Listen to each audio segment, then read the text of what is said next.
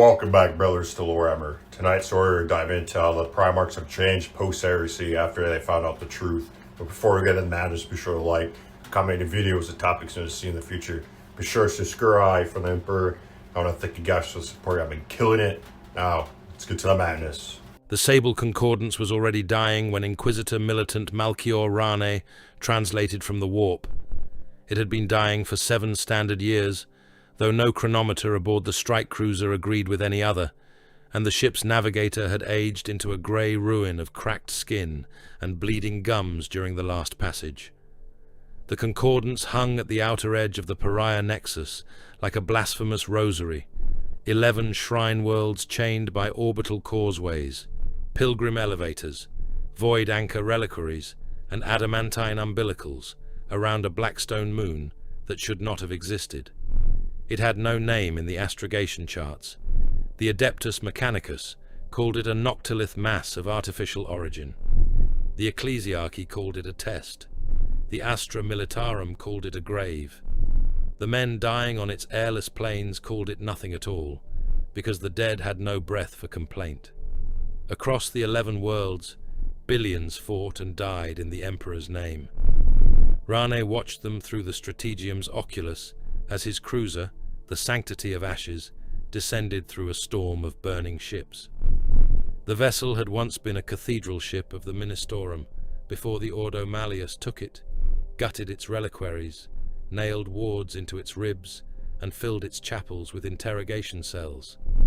It still bore statues of saints along its flanks, but most were headless now, their marble faces sheared away by Gauss fire and micrometeor storms. Incense still leaked from its vents. So did atmosphere. So did frozen crewmen, tumbling out into the void with prayer strips fluttering from their armor, like the shed skin of murdered angels. Below, shrine worlds burned in sequence. One world was a ball of ash and broken basilicas, its oceans boiled to chemical scum. Another had been remade into a manufactorum trench line, its continents hidden beneath artillery smoke and marching columns. Another was split from pole to pole by a crack wide enough to swallow hive cities. Titans strode beside that wound, god engines of the Collegia Titanica, their void shields flashing as they traded sun-bright death with Necron obelisks rising from the crust. Infantry moved beneath them like black mold. Regiments vanished under green lightning. Armored companies became molten coffins. Men screamed into vox channels until the channels burst into static, and still the priests ordered them forward. The war did not begin here, Rane thought. It had simply found one more altar. He stood with both hands folded over the iron head of his cane. Age had bent him, but not broken him. His face was a parchment map of old scars, inquisitorial brands, and surgical seams. One eye was his own, pale and bloodshot. The other was a brass augmetic set into blackened socket metal, blessed by a magos who had wept machine oil while hammering the last warding pin into place. His coat was armored beneath the fabric. His rosette hung at his throat like a death sentence made holy. Around him, his retinue waited in silence. Interrogator Voss, broad and hard-eyed, with a storm coat stiff from dried blood. Confessor Halbrecht, skull-shaven, lips moving around a litany of hatred. Savant Cord, whose augmetic fingers clicked over and no one spoke until the oculus filled with the Blackstone moon. It drank the light. Even the fires of orbital war seemed to dim around it. Lances struck its surface and vanished. Torpedoes detonated against invisible geometry and became brief red flowers swallowed by the dark. Around the moon, Necron structures moved in impossible silence, pylons and crescent fleets shifting like the bones of a machine god, rearranging itself in sleep. Rane's augmetic eye whined. The pain came a heartbeat later, deep behind his skull. Not physical, not entirely. It was the pressure of absence, the suffocating cold of a place where souls were made smaller. Blackstone resonance rising, Savant Cord said. His voice was thin and sexless from throat surgery, but he had been born male, and Rane permitted him speech because he had not yet been wrong. saturation across the inner concordance. Astropathic signal degradation is total across 3 shrine worlds and approaching total across 4 more. Confessor Halbrecht spat onto the deck. The Xenos thinks to silence mankind's prayers. The Xenos has silenced more than prayers, Rane said. He had seen the reports. Whole regiments standing still beneath the Necron pulse, weapons hanging loose in dead. Hands while their hearts continued beating. Priests forgetting the words of the creed.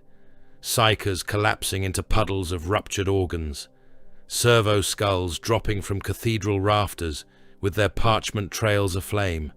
Their little machine spirits shrieking Binharic death cant before their processors burst.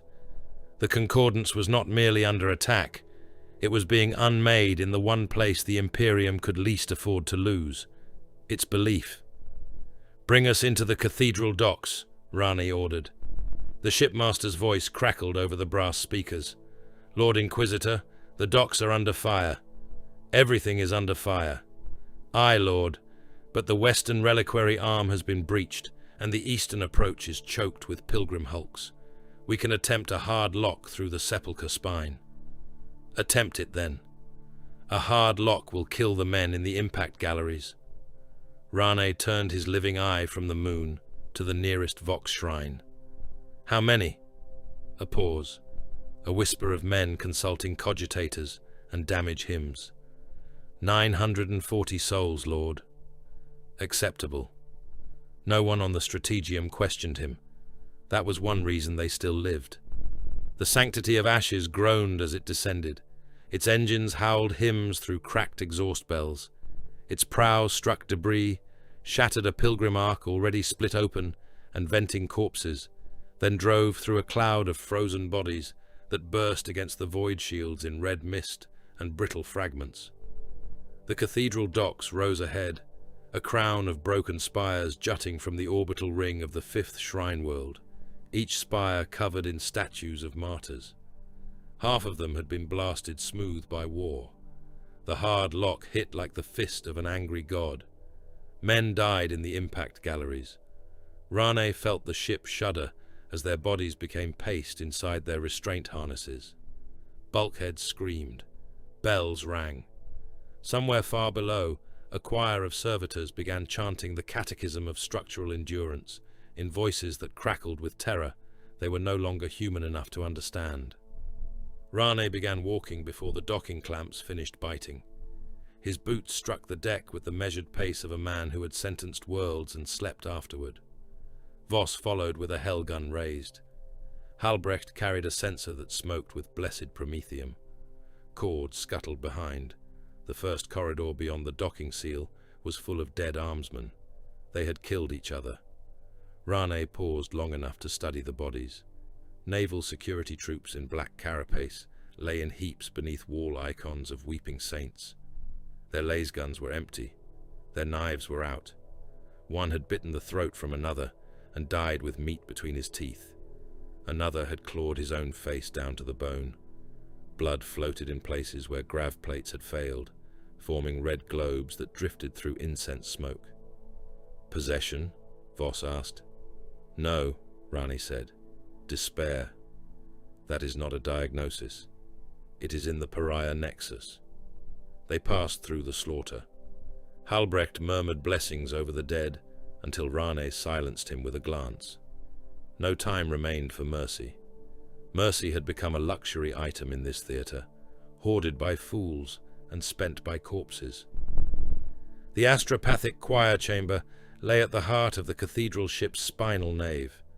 Its doors were bronze, 30 men high, engraved with the triumph at Ulanor, the burning of heretics, and the Emperor enthroned in judgment over kneeling worlds. The images had changed during warp transit. No one admitted seeing it happen. The Emperor's engraved face had become thinner, crueler. His hands were no longer raised in benediction, but clenched, as if around invisible throats. Rane touched the door with his rosette. "In his name," he said. The locks opened.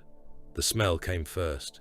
Blood, burned hair, excrement, incense, hot copper, ruined brains.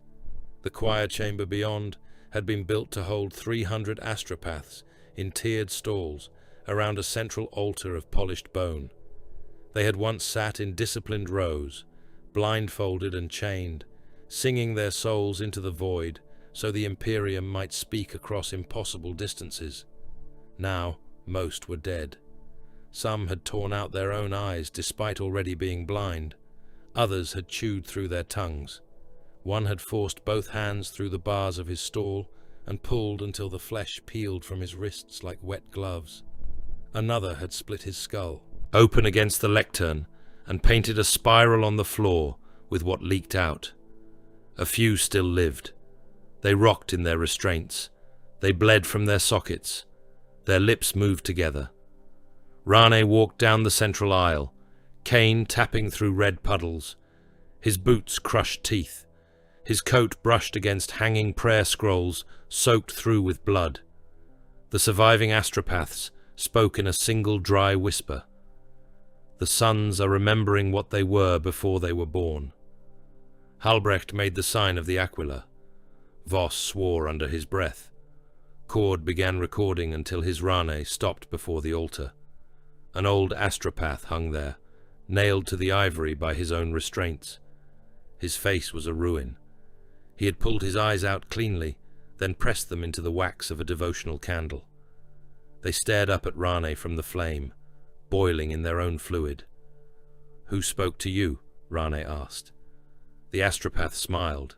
His teeth were pink. "The father who is not dead." Halbrecht stepped forward. "Mind your blasphemous tongue, witch." Rane lifted one hand. The confessor stopped. The astropath's smile widened. His lips split. "The sons are remembering." "You said that already." "They were not made," the astropath whispered. "They were contained." The words entered the chamber like a blade sliding between ribs. Rane had spent 87 years pursuing that sentence through dead archives, demon testimonies, sealed Mechanicus vaults, and the confessions of men who had begged to be burned before finishing what they knew. He had found references beneath redactions, diagrams hidden under devotional art, gene rituals disguised as creation myths, fragments from the age when the Emperor had walked among men and stolen fire from gods who wore no names. The Primarchs were not merely sons. They were not merely generals. They were not merely flesh. They were cages, gene-forged bodies around warp-born enormities, human shapes hammered around impossible truths, each made with a purpose so pure it had curdled into horror, conquest, judgment, mercy, siege, slaughter, freedom, endurance, wrath, sacrifice, and now the cages were weakening. The Blackstone pulse struck before Rane could speak again. There was no sound at first.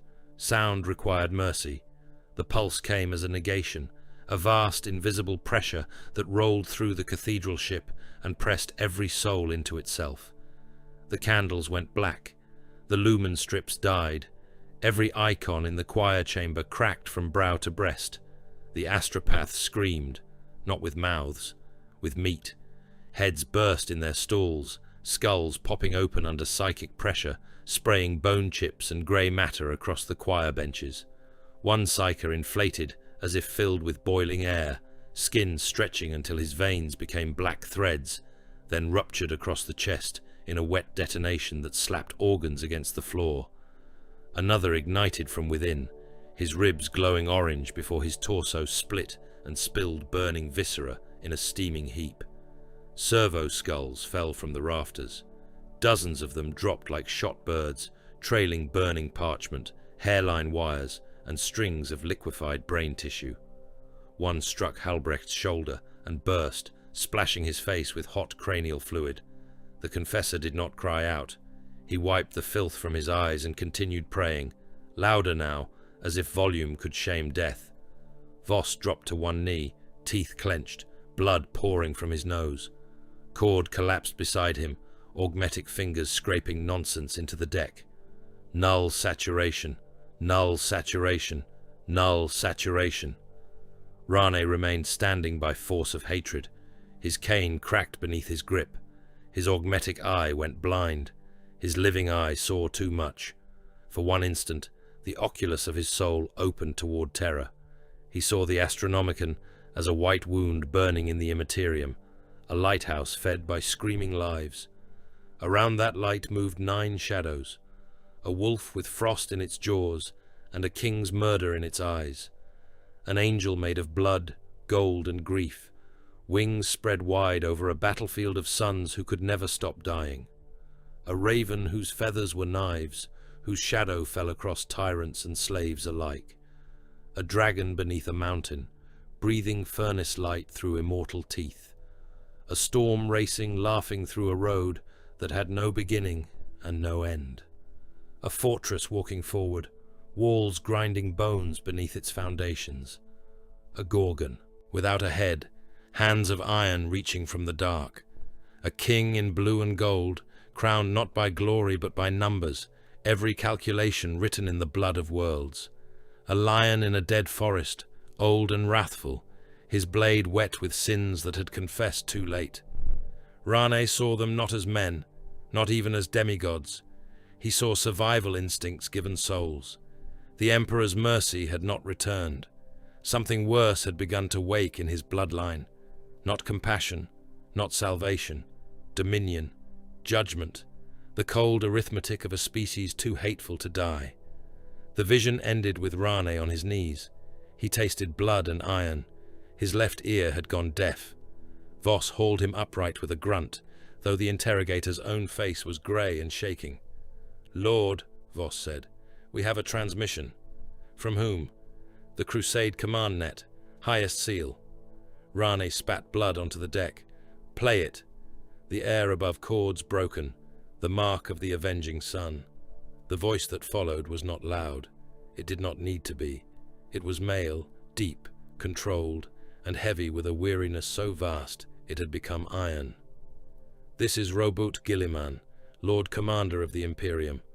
All surviving battle groups within the Sable Concordance are to enact Severance Pattern Helios. Shrine Worlds 3rd, 6th, and 9th are condemned. Civilian evacuation is rescinded. Military withdrawal is restricted to command assets, gene seed repositories, and strategic ordnance cadres. All other personnel will hold position and die in place." The projection flickered. Somewhere beneath the static, men were shouting. Someone begged to repeat the order. Someone else wept. Guilliman continued. "By their deaths, the remaining worlds may be preserved for a further 89 hours. By those hours, mankind may purchase a blade for the enemy's throat. Obedience is required. Glory is irrelevant. Duty remains." The transmission ended. No one spoke. Even Halbrecht's prayers had died in his mouth.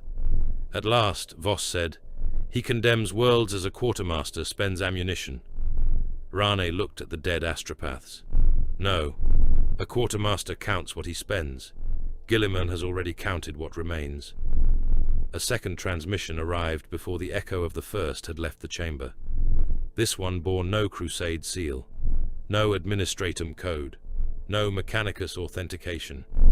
It came wrapped in layers of obsidian cipher and green fire, carried by a channel that should not have reached the sanctity of ashes through the null storm. A winged sword appeared in the air. The Dark Angels. Voss raised his weapon. Halbrecht took a step back. Even Cord stopped twitching. A helm-faced warrior filled the hololith, robed in shadowed green. His voice filtered through ancient vox grills. "By order of the Unforgiven, all inquiries regarding the passage of the First Legion are denied." Rane's eye narrowed. "Identify your commander." "Denied." "Identify your theater strength." "Denied." "Identify how your forces crossed the Nexus perimeter." The figure paused. When he spoke again, his voice seemed to come from among trees, though there were no trees within 100 million miles of the chamber. "The forest opens where the first wills it." The hololith died. Rain stood amid the slaughtered choir and felt the shape of the war change.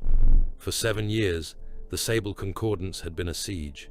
Necron null science, imperial attrition, heretic sabotage, orc predation on the outer debris fields. tyrannid splinters drawn by the psychic bleeding of dying worlds, mechanicus war logic, ecclesiarchal martyrdom, the usual madness of the 41st millennium, magnified until it blotted out the stars. Now something else had entered the equation. The Emperor's sons were moving, not all in flesh, not all alive, not all sane, but moving. Rane turned to Cord. The Emperor's wound. Speak. The savant's jaw clicked 3 times before words came. Data recovered from cryptech intercepts and machine cult scrap code indicates convergence beneath the Blackstone moon. Object is not material in standard sense. Psychic fossil.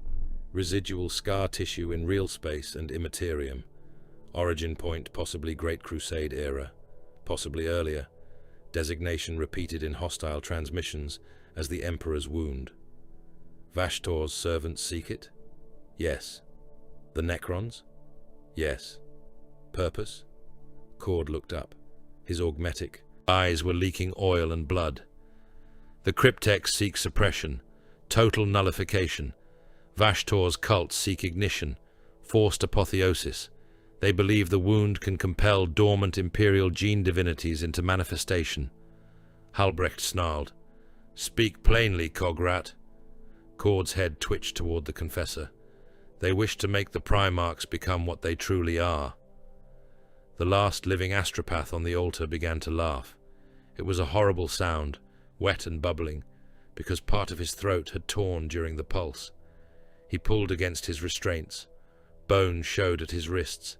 His blind face turned toward Rane with impossible certainty. Rane approached him.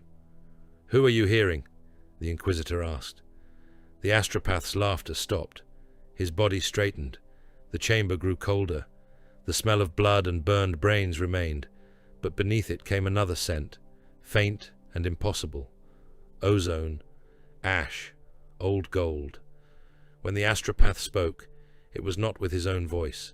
It was too vast for the ruined throat that carried it, too tired, too cruel, too familiar to every soul born beneath the Aquila, though none had ever truly heard it. Rane's knees bent before he commanded them not to. Voss fell flat against the gore-slick floor. Halbrecht sobbed once and smashed his own face into the deck in worship. Cord froze with his fingers locked in the sign of the cog. The astropath's empty sockets burned with golden light. "Malchior Rane," said the voice. Rane forced breath through clenched teeth. "My Emperor." The thing wearing the astropath's flesh regarded him from beyond death, beyond terror, beyond the rotting prison of the Golden Throne. "Do not pray for my sons to save you." The astropath's chest split open. Light poured through his ribs. His heart burned black at the center of it. "Pray you are useful when they arrive." Imperium Nihilus had no dawn. It had only the red wound of the great rift, spread across the heavens like a blade cut through creation, and beneath that wound drifted the corpse mass called the Sepulchre of Lost Branches. It was not one vessel, though it had once been many. A dozen warships, pilgrim hulks, rogue trader carcasses, Xenos wrecks, and broken asteroids had fused together over centuries of warp tide and demon infestation. Their decks had grown into one another. Their engines beat out of rhythm like dying hearts. Their chapels opened into gun batteries. Their tomb vaults became forests of rusted beams and dead bone. At the center of it all, buried beneath kilometers of void frozen wreckage, lay stone from Caliban. It should have been impossible. Caliban was dust and memory, a murdered world scattered through time, guilt, and the secret sins of the First Legion. Yet the stone remained. Black-green and veined like old flesh, it jutted through the inner hull of the Void Hulk in jagged ribs. It breathed mist. It whispered names. It bled when struck. The Dark Angels had come in silence.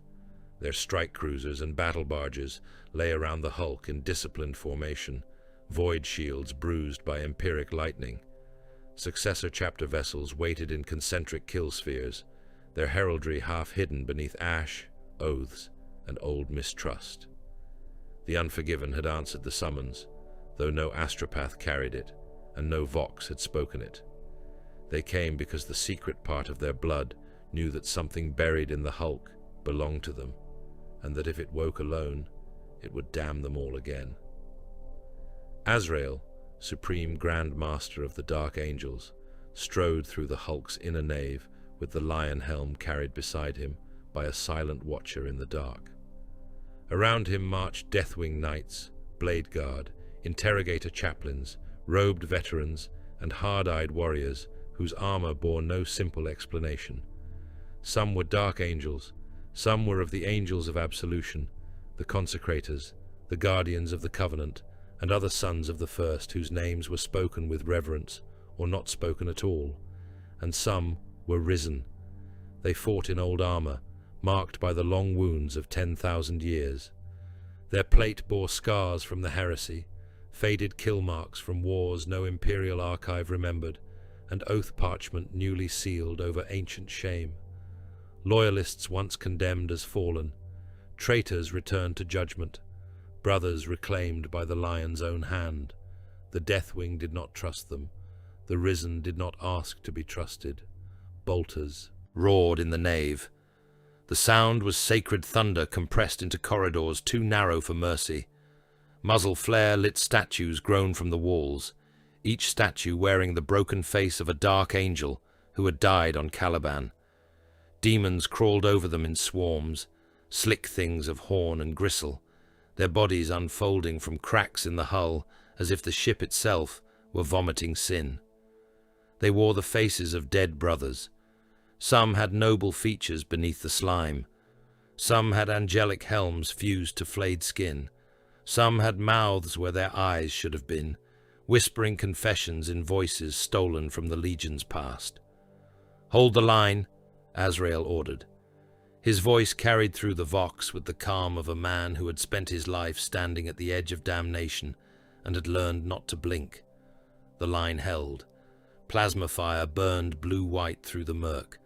Storm bolters hammered demon flesh into black spray. Power swords carved arcs through limbs and wings. A Deathwing Knight smashed his mace into a creature wearing the face of his former sergeant and drove its skull down into its chest. It continued speaking from inside the ruin of its ribs until a risen warrior beside him fired 3 bolt shells into its mouth. The corpse burst across both of them in steaming gobbets. The Deathwing Knight turned his helm toward the Risen. The Risen said nothing. The Knight said nothing. Then both warriors turned back to the slaughter. A demon with a dead chaplain's face dragged itself along the ceiling, its crozius arm twisted into a scythe of bone. It screamed litanies backward. Men died hearing them. 2 serfs in the rear echelon tore off their own rebreathers and began chewing their tongues to pulp. A tech marine shot one through the skull with a bolt pistol and crushed the other's spine beneath his boot without looking away from his auspex. "The stone is active," said a robed librarian, blood leaking from beneath his psychic hood. "It is not merely haunted, it is remembering." Azrael cut down a horned thing that begged in the voice of a child aspirant. "Then make it forget." "I cannot." The answer should have been impossible for one of the librarius to speak. It was worse because it was honest. The nave shook. Far ahead, the corridor split open from deck to vaulting, and something vast pressed its snout through the breach. It was a demon engine, though no forge should have been able to build such a thing, and no sane Magos would have named it engine with a steady voice. Its head was a cathedral furnace, plated in brass and black iron. Its jaws were siege doors lined with grinding teeth. Inside its throat, imprisoned souls burned as fuel, their faces stretched across pistons, their hands fused into chains. Its tongue was a conveyor of razored hooks. Its eyes were cauldrons of green fire. It began to eat the hulk. Not bite, eat. Deck plates folded inward. Statues vanished into the furnace mouth. Demons clung to its armor like carrion lice, shrieking praises as the beast dragged itself forward on limbs made from cannons, claws, and mortuary cranes. The heat of it washed over the Dark Angels. Ceramite blackened, oath seals curled, Human serfs burst into flame. One chapter serf ran screaming for 4 paces before a falling chunk of molten brass crushed him flat, forcing blood and cooked organs from his armor seams. "Anti-armor fire," Azrael commanded. "Target the throat. Bring it down." Missiles launched in salvos. Lascannons stabbed white into the beast. Plasma coils howled. The demon engine did not slow. Its furnace mouth opened wider, and the shots vanished into its hunger. It swallowed fire and answered with a gout of molten scrap, bone ash, and demon flame. A squad of veterans disappeared beneath it. Their armor ran like wax. Their ammunition cooked off in their dying hands, detonating in a stuttering chain of useless thunder. A risen knight stepped forward with a relic blade raised. The demon engine inhaled him. He vanished into its mouth, still striking. Azrael felt the moment approaching before he heard it. The battle changed, not grew quieter, not louder, changed.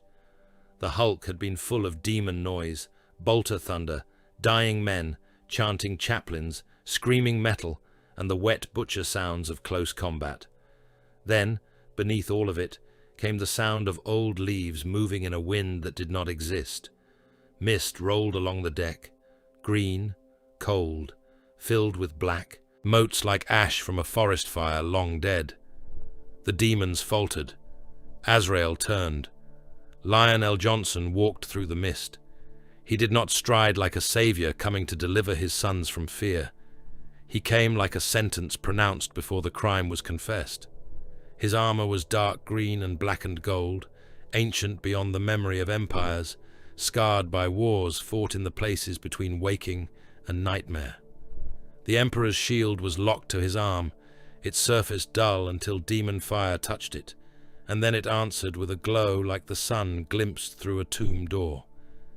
In his other hand, he bore fealty, the blade lowered, not in rest, but in promise. The watchers in the dark gathered around him like pieces of shadow remembering a master. The risen lowered their weapons first, then the Deathwing, then Azrael. The lion did not acknowledge the obeisance. His eyes were fixed on the demon engine and on the warlord standing beneath its jaw. The warlord had once been of the First Legion. His armor had been black before it became a shrine to rot and guilt. Wings of flensed skin hung from his backpack. His helm was gone, revealing a face that had been remade too many times by warp favor.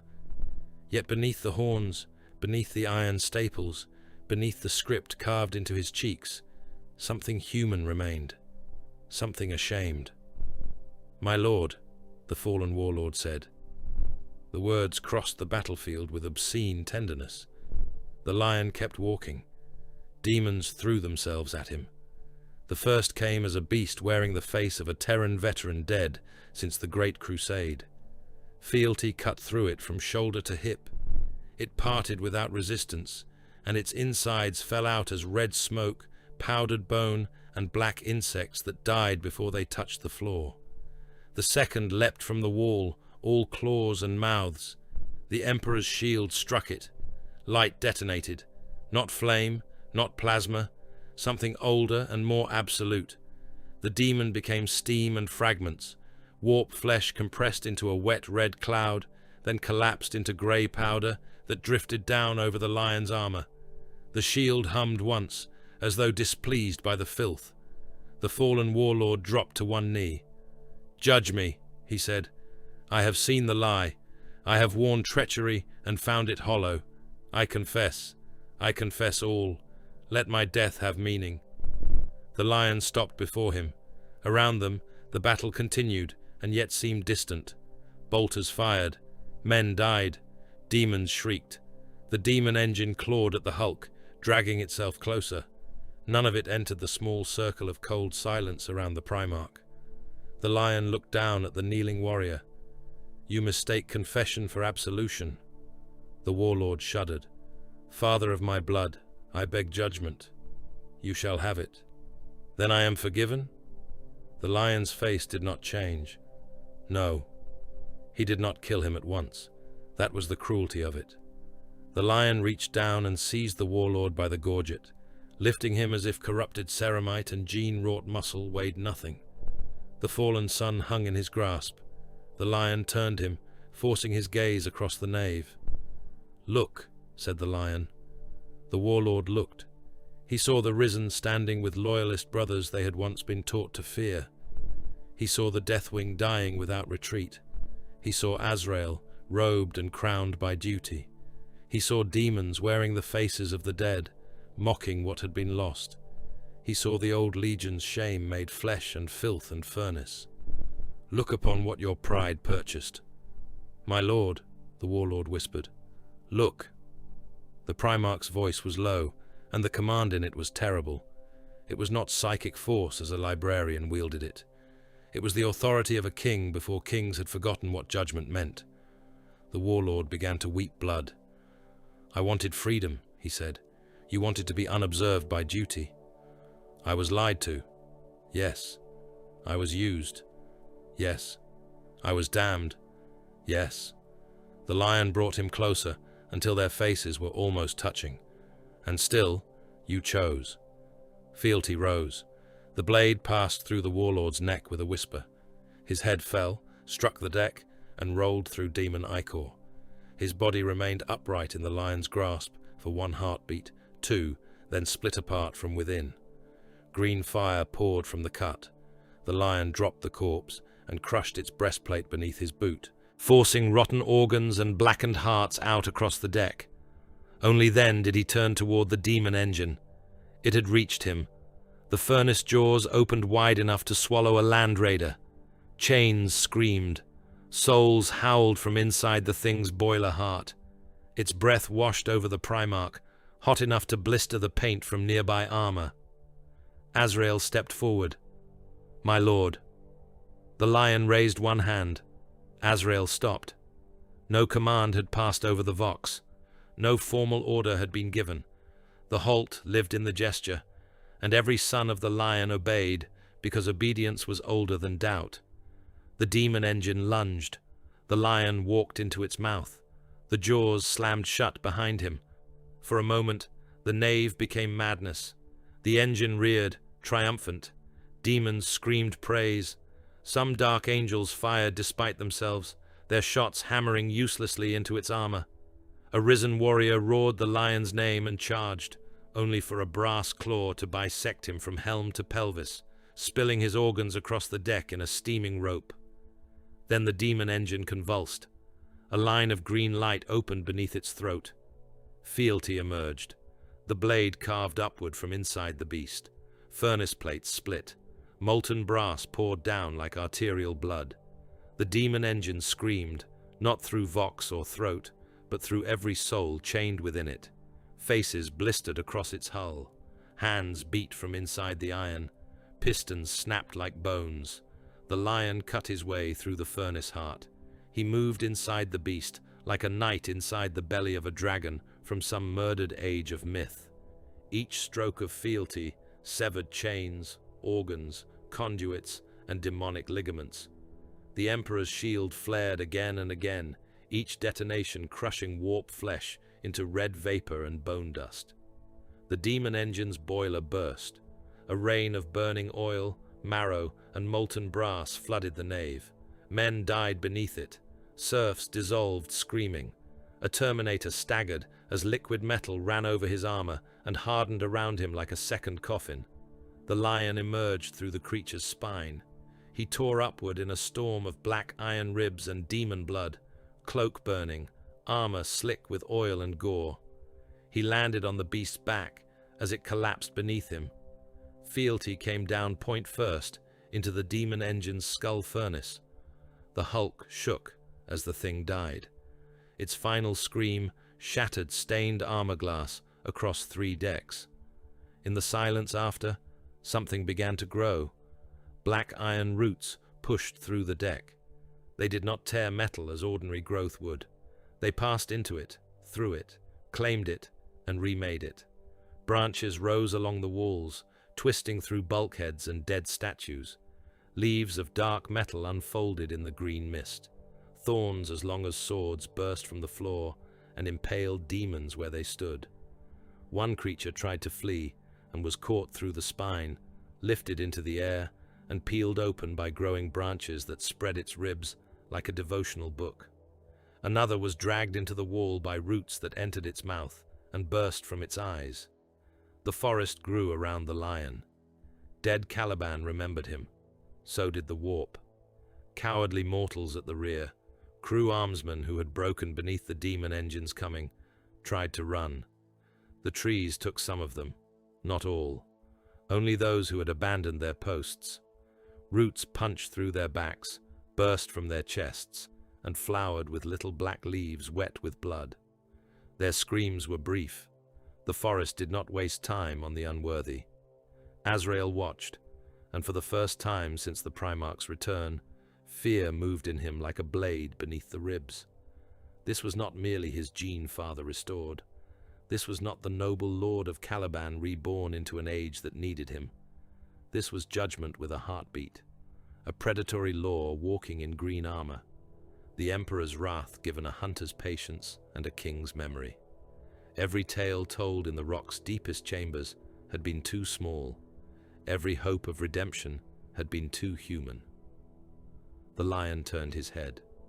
Azrael lowered his gaze, not in shame, but because looking too long felt like standing before a blade already falling. A Vox rune blinked across the command net. Sealed, inquisitorial, ordo malleus, priority absolute, though its signal was broken by null storms and carried through channels that tasted of ash. Azrael received it, filtered it, and passed it to his gene father. The message played in fragments. Malchior Rane's voice came through static, old and hard and damaged. Sable Concordance compromised. Blackstone Moon is convergence point. Necron Cryptex and machine cult forces seek psychic fossil, designated the Emperor's wound. Evidence indicates forced manifestation event targeting loyal Primarch gene divinities. Gilliman enacting theater sacrifice patterns. Request immediate intervention. Warning follows. The sons are remembering what they were before they were born. The message ended in a burst of screaming that might have been astropaths, demons, or both. The lion stood amid the dead forest. Oil and marrow slid from his armor. Fealty's edge smoked. The Emperor's shield glowed with a light no sane man would call gentle. Azrael waited. The inner circle waited.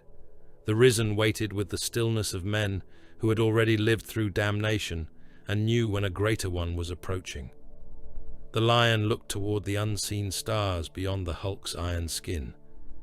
Then the guilty have gathered in one place. No triumph lived in the words, no comfort, no promise of salvation, only the cold recognition of a hunt worthy of beginning. Behind him, the forest whispered. It whispered in the voices of Caliban's lost knights, men who had died loyal, men who had died traitors, men who had died not knowing which they were.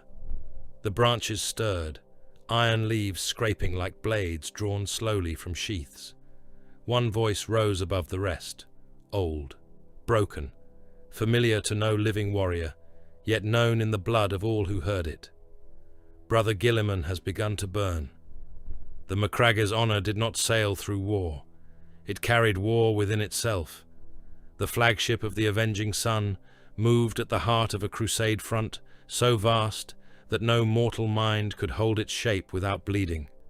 Around it burned the fleets of the Indomitus Crusade, battle groups and punitive squadrons, carrier hulks and shrine vessels, forge tenders and troop arcs, each one a spark in an iron storm flung toward the Sable Concordance.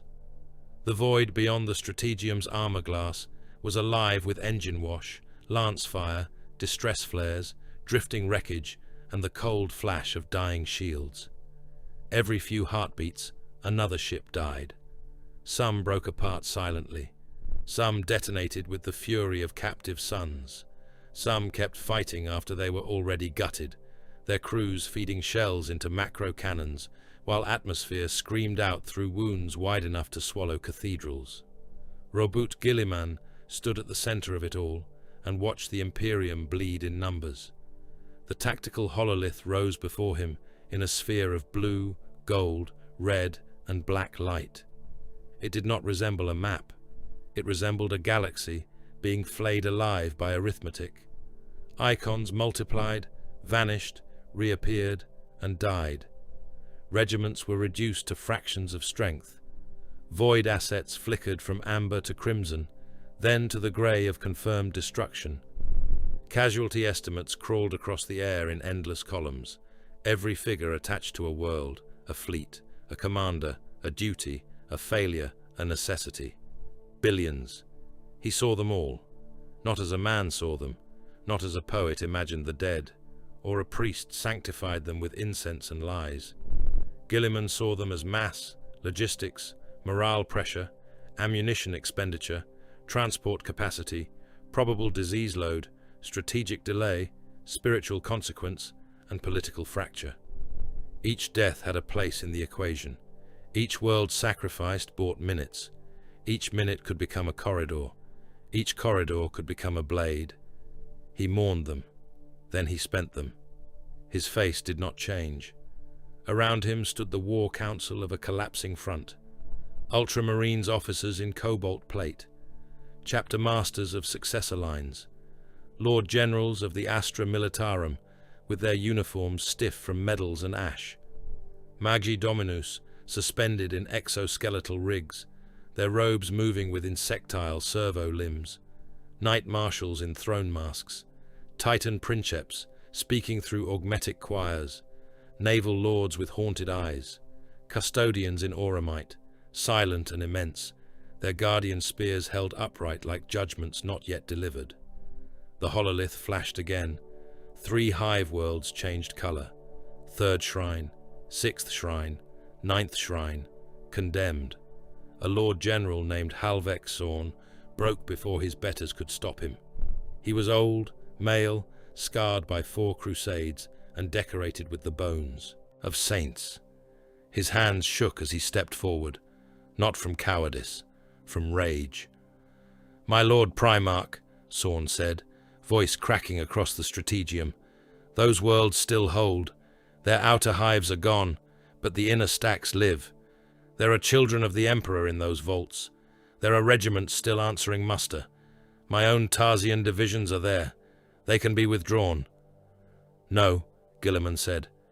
The word killed the argument before it was born. Sorn swallowed.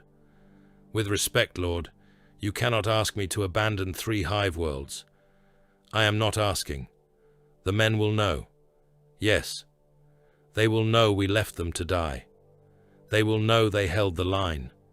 They will know they were betrayed." Gilliman turned his eyes from the hololith to the old general. The Lord Commander's gaze was not angry. That made it worse. It was level, cold, and filled with a weariness too ancient for any human face. "Your grief is noted. Your obedience is required." Sorn stared at him as though struck. The strategium did not breathe. Gilliman looked back to the hololith. "Orbital denial pattern will begin once extraction of command assets and gene seed repositories is complete. All remaining population centers are to be considered compromised. The infected military cohorts are to be locked inside their current bastion zones. No mercy corridors, no pilgrim evacuation, no exception by rank, creed, or bloodline." A naval lord whispered, 40 million soldiers, my lord." Gilliman heard him. Gilliman heard everything. 40 million infected soldiers, he said. Their withdrawal would carry the synaptic plague into the remaining theaters. Their survival would endanger 4 billion more. Prepare the bombardment. No one moved quickly enough. Gilliman's voice hardened by a fraction. "Now!" The strategium erupted into obedience. Officers bent over command shrines. Vox adepts began chanting firing authorizations. Mechanicus savants fed data into cogitator banks that screamed binary approval. Naval lords relayed execution codes to ships whose captains would never sleep again after obeying them. At Gilliman's side, the Emperor's sword burned. It rested in his gauntleted hand as though it had never known another bearer. Its fire had always been terrible, but near the pariah nexus, it had changed. It no longer burned like flame. It burned like condemnation. Its light did not cast warmth. It revealed failure. Men looking upon it saw every oath they had broken, every cowardice buried beneath medals, every moment they had mistaken survival for duty. Even the custodians lowered their eyes, not in fear of Guilliman, but in recognition of something older moving through the blade. Tribune Valerian Cordain of the Adeptus Custodes stood closest to the Primarch. His auramite plate reflected the sword's fire as white scars across gold. "My lord," the custodian said quietly, so only Guilliman and the nearest officers heard. "Your presence has altered the chamber again." Guilliman did not look at him. "Explain." "The Vox static ceased when you issued the bombardment order. Broken command channels from the 9th Shrine restored themselves. A supply convoy lost in the inner debris field has emerged at the precise coordinates required for munitions replenishment. Artillery patterns transmitted 12 minutes ago are landing before the guns report firing." Several officers turned pale. Guilliman's jaw tightened. The hololith shifted. 100 disconnected battle plans aligned into a single pattern. Reinforcement routes straightened. Noctilith interference flickered around corridors of blue light. Damaged Vox streams cleared. A scattered tank army that should have been lost to ash storms appeared in formation behind a Necron advance, its commanders reporting that they had followed orders Guilliman had not yet given. Reality was beginning to obey the logic of his war. The Imperial equation manifested not as wings, claws, or thunder, but as inevitability. It moved through command chains. It rearranged delay into arrival. It turned error into timing. It punished inefficiency with death and rewarded discipline with impossible survival. The more Guilliman calculated, the more the universe seemed ashamed of its own disorder and corrected itself. That was the horror. He did not feel exalted. He felt contaminated. The first bombardment began. Far below, across 3 doomed hive worlds, orbital fire fell in sheets. The hololith magnified one feed without being asked. Guilliman saw trenches filled with men in mud-colored greatcoats, their gas masks turned toward the heavens. He saw an officer raise a regimental standard in both hands as the sky opened. He saw guardsmen kneel. Some prayed, some cursed. Some fired their laser guns at the descending light. The blast erased them all. Hive towers became candles. Bastions full of infected soldiers turned white, then black, then nothing. Armor parks vanished under plasma storms. Field hospitals became expanding circles of ash. Cathedrals collapsed inward, bells melting before they could finish their final toll. The screams did not reach the strategium, but every commander present heard them anyway. Guilliman watched until the feed died. "Record their names," he said. A scribe officer answered, voice trembling. "All of them, my lord?" "All of them." "My lord, that archive will take centuries." "Then begin." The War Council had no time to answer. The front broke open. The 8th Shrine world, still contested, shook beneath a convergence of enemies drawn by the Emperor's wound. Necron phalanxes advanced from the Blackstone Moon's shadow in perfect ranks, their bodies skeletal and regal, their gauss weapons stripping tank columns into green dust. Beside their monoliths came floating engines of impossible geometry, each one singing in a language that made machine spirits whimper and shut down. From the west, tyrannid splinter organisms poured into the kill zone like hunger-given flesh. They came over the corpse fields in carpets of talons, chitin, feeder tendrils, and wet mouths. Gaunts swarmed beneath larger beasts. Carnifexes crashed through hab blocks. Winged horrors dropped from the smoke, carrying men screaming into the air before tearing them apart and casting the pieces down onto their comrades. The psychic upheaval had called them like blood in water. The Astra Militarum met them with massed artillery and bodies. Millions of guardsmen fired from trenches already slick with their dead. Heavy bolters hammered until barrels glowed. Basilisks thundered from behind shattered basilicas. Baneblades crawled through ash. their main guns blasting holes through Xeno swarms that closed again under the press of bodies. Men were ripped open on the firing steps. Commissars executed runners.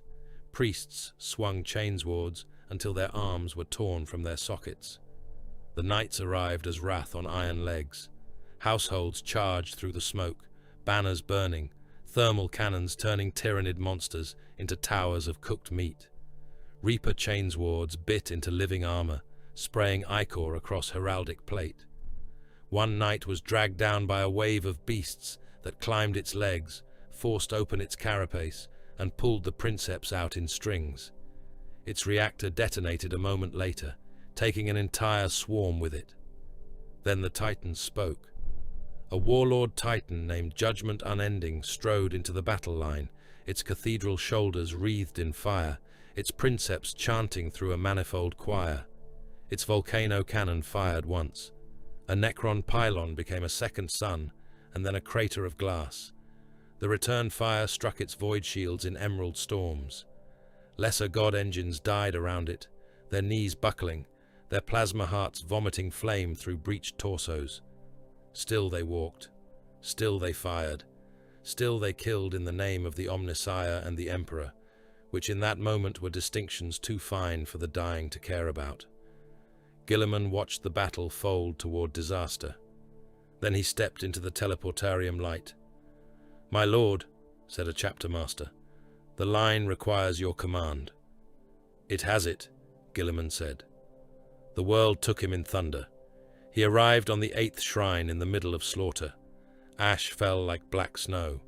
The air tasted of hot iron, alien ichor, promethium, and the sour stink of ruptured men. Ultramarines formed around him, bolters roaring, their discipline a wall against madness. Victrix's guard moved at his flanks with blades raised. The Emperor's sword ignited brighter as the Necron null field pressed against it. Where Guilliman walked, the battle corrected. A broken squad rallied before seeing him. A gunship with failing engines crashed exactly where it needed to, crushing a brood of Tyrannid warriors before they reached the artillery line. A knight's damaged reactor held for 6 impossible seconds longer than it should have, long enough for its pilot to drive the machine into a monolith and detonate at point-blank range. A guardsman with one arm and no helmet fired a single last shot through smoke and struck a synapse creature in the eye, buying a company time to reload. The Imperial equation walked with him. Necron warriors turned their emerald gaze upon the Primarch and fired. The Emperor's shield was not with him. Fealty was not his. He had only his armor, his father's blade, and the impossible burden of being necessary. Gauss beams struck. Ceramite blackened. The armor of fate screamed warnings. Guilliman crossed the killing ground at a run, and every step was measured, every movement part of a calculation too vast for mortal eyes. He cut through the phalanx.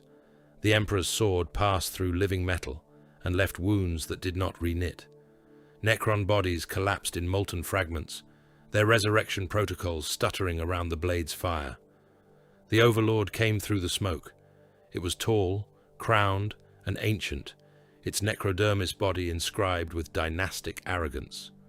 A war scythe hummed in its hands, its optics burned with cold malice. Around it, fallen warriors rose again and again, dragged back into shape by green lightning. "Biological sovereign," the Overlord said through a voice like tomb doors opening. "You persist beyond acceptable parameters." Guilliman did not slow. "You are in my way." The duel began as a collision of ages.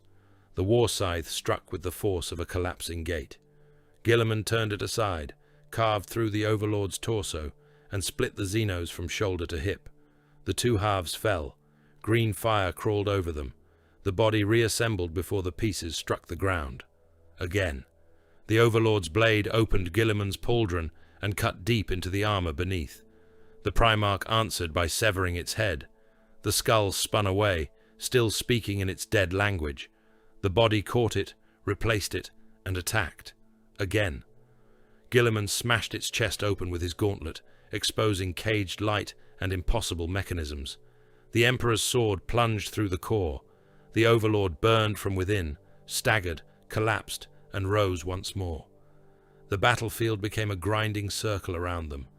Ultramarines died holding back Necron Lichguard. Tyranids slammed into both sides with brainless hunger. A Carnifex charged into the duel and was cut apart by Guilliman, without the Primarch looking away from his true opponent. Its head burst under his boot, flooding the ground with steaming ichor. The Overlord reformed again. Guilliman understood. The body was irrelevant. He stopped trying to kill it. The next time the Overlord struck, Guilliman caught the war scythe haft in his left hand. The blade carved into his palm, biting through armor, drawing transhuman blood. Guilliman pulled the creature close. The Emperor's sword rose, not toward the body, but toward the emerald glow behind its eyes. "You are not a king," Guilliman said. "You are an instruction that forgot it was written." The blade touched the Overlord's brow. Judgmental fire entered the command protocols. The Xenos did not scream as flesh screamed. It spasmed through hierarchies. Its mind opened like a vault under bombardment. Guilliman poured the Emperor's flame into the ancient pathways of obedience, not destroying memory, but burning authority. Dynastic codes melted. Resurrection commands collapsed. Phalanx order fractured. Across the field, Necron warriors halted, twitched, and turned their weapons upon one another as the Overlord's will became ash. The Overlord's body remained intact. Its mind did not. It fell to its knees before Guilliman, optics dimming, crown sagging forward like a penitent thing. Guilliman cut its head off anyway. The Necron line broke. The Tyranids surged into the gap and were annihilated by artillery that fired in perfect sequence from guns whose crews had lost contact with command an hour before. The shells landed as if guided by a god of logistics. Swarms became mist. Larger beasts became chunks of armored meat. The 8th shrine held, not because it was saved, but because enough of its defenders had been spent in the correct order. When Guilliman returned to the Macragge's honor, he brought ash with him. It clung to his armor. It lay in the cuts across his gauntlet. It smoked on the Emperor's sword. Tribune Cordain waited in the strategium. His golden helm was under one arm. His face was unreadable, but his eyes were not. "My lord," said the custodian, "I must speak plainly." "Do so." "When you gave the order on the field, men obeyed before they heard it. Vox systems carried your voice without transmission. The enemy altered course before our guns fired. Your aura has begun to resemble the master of mankind's command presence." The strategium fell silent again. Guilliman looked at the sword in his hand. Its flames leaned toward him, as if listening. "That is not a comfort." The fire answered. Within it, he saw 8 presences. One was dead, and yet his wings shadowed the blade in gold and red. One was headless, hands of iron reaching through smoke. One laughed somewhere in the webway, fast as lightning and twice as cruel. One was already a monster. Black feathers spread across the inside of the flame. One waited in a forest of dead green light. One howled beneath a winter sky. One burned beneath a mountain. One stood as a wall that refused the future.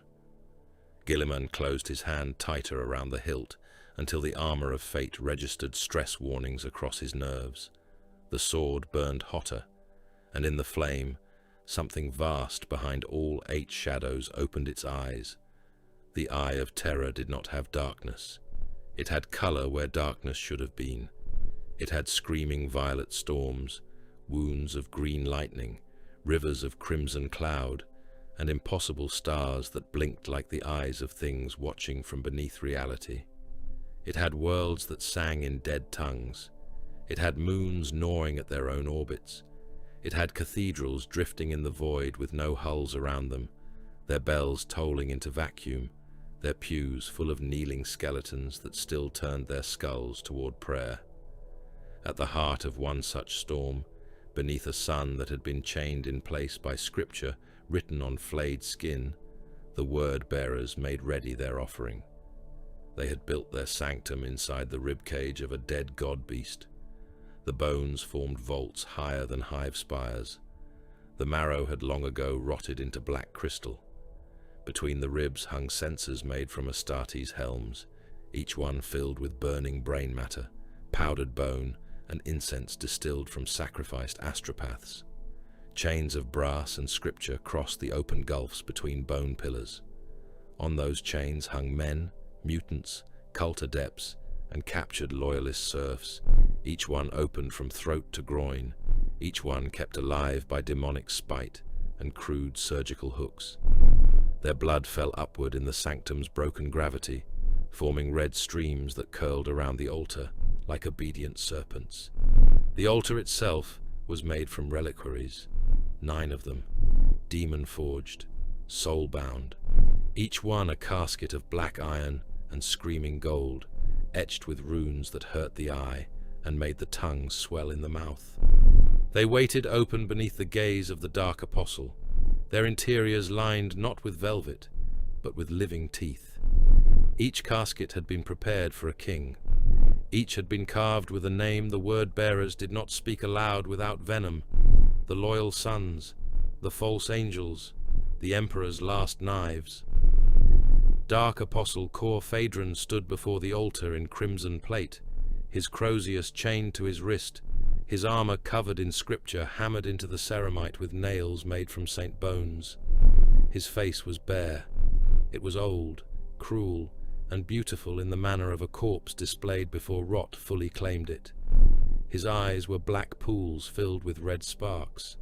His tongue had been split into 3 barbed strips, so that his prayers could be spoken in layers. Around him gathered his war host.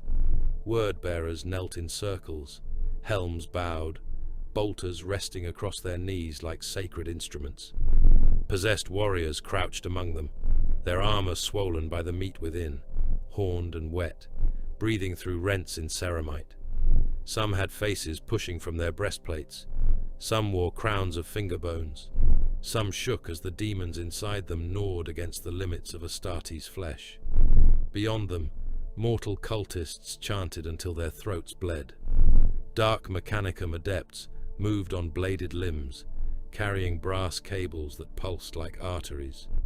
Hooded emissaries of Vashtor stood beside the altar, all iron masks and furnace hearts, their mechadendrites twitching in patterns that were half prayer and half calculation. Cor Phaedron lifted his crozius.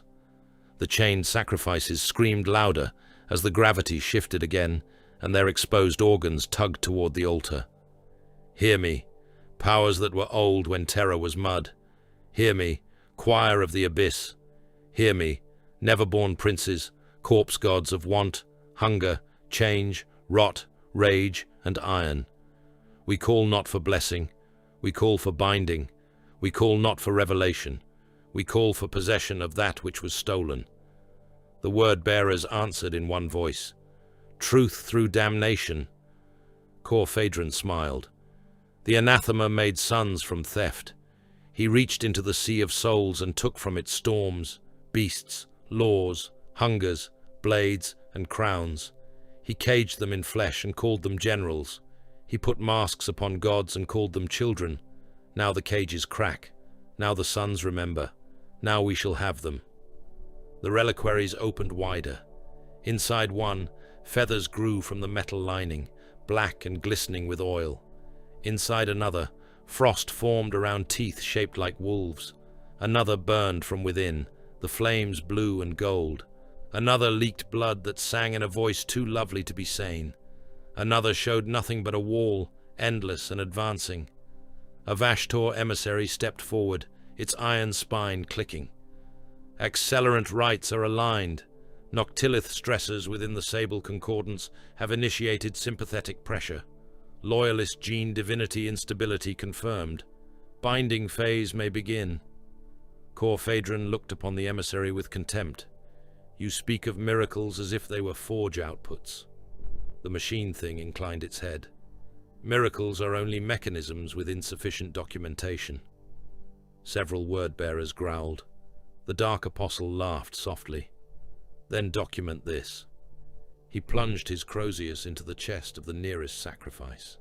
The mortal convulsed, ribs bursting outward, lungs flopping wetly against the hooks. His soul tore free as a thread of pale fire, shrieking as it was pulled into the nearest reliquary. The teeth inside snapped shut on it, chewing light into smoke. The rite began. At first, sound died. Not lowered, not faded, died. The chanting continued, but no voice reached any ear. Bolters shifted in gauntlets, but no ceramite scraped. The storm outside still tore at the god-beast's ribs, but its thunder vanished. Even the sacrifices, stretched open and weeping blood into the air, could no longer hear themselves scream. The word-bearers noticed. They did not cease praying.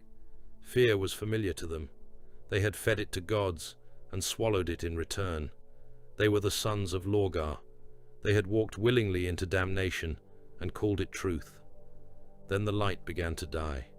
Candle flames flattened and went black. The red glow within possessed armor dimmed.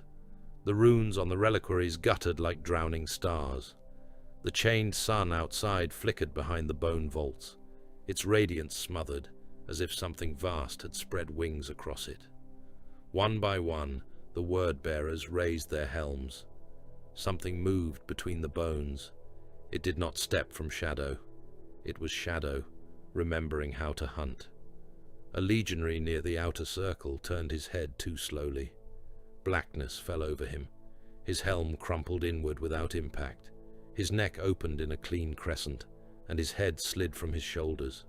Blood lifted in globes, then vanished into the dark, as if drunk by unseen beaks. Another warrior fired on instinct. His bolter flashed once.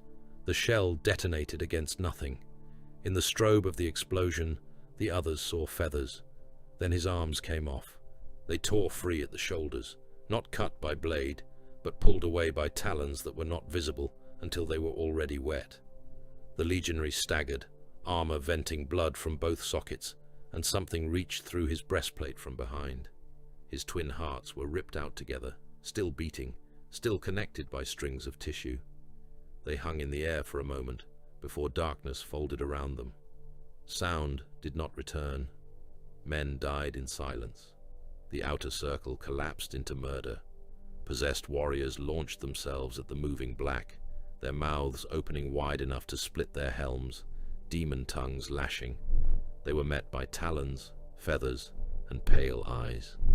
One was opened from groin to throat, his demonic organs spilling free in a steaming rope that floated in the broken gravity.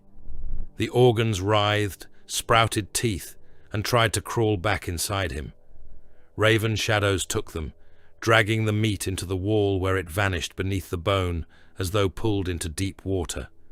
Another possessed warrior grew wings of flayed skin and hurled himself upward. His body froze midway through the leap. A black shape unfolded above him, vast and lean and impossible, and for one heartbeat all present saw the outline of a warrior in sable armor beneath a storm of feathers. Then the possessed was peeled apart. His armor opened like a flower of meat. Ribs spread, spine snapped. Demon flesh tried to flee through the ruptured back, only for black talons to hook into it and drag it out screaming without sound. The thing inside him was pale, worm-like, and crowned in tiny human hands. It thrashed in the air until a beak made of darkness came down and split it in half. Only then did sound return. The demon screamed as it died. The scream shattered sensors, cracked ribs of the dead god-beast, and made mortal cultists burst their own eardrums with clawing fingers. The word-bearers rose as one, bolters roaring, prayers turning to war cries. Lorgar's truth. Death to the false emperor. Bind the shadow. Bring scripture to the dark. Their fire filled the sanctum. It struck bone. It struck chains.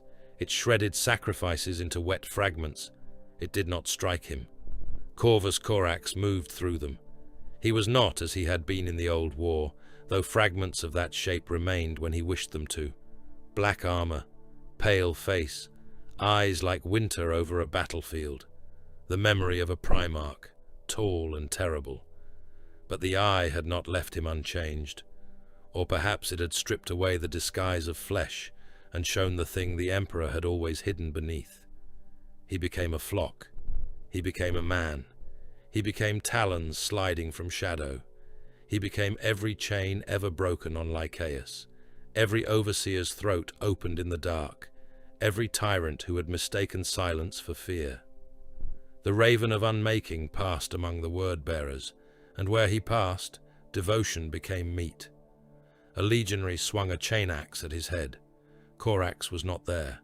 The axe buried itself in another word-bearer's spine. Before the killer could pull it free, black claws pierced both sides of his helm and crushed inward. His skull burst inside the ceramite with a wet crackle, brain matter spraying from the grill. Another warrior thrust a possessed blade into Corax's chest. For a moment, the blade disappeared into shadow.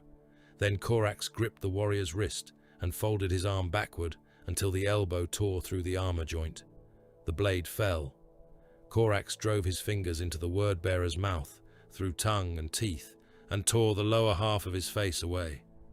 The Dark Apostle did not retreat. Cor Phaedron stood before the altar, Crozius raised, scripture streaming from his armor in burning strips. "So the Carrion Prince comes," he said. His voice rang through the sanctum by force of sorcery, failed divinity in loyalist skin. The killing paused, not stopped, never stopped, but paused around the words, as though the chamber itself wished to hear the answer. Corax emerged from the dark before him.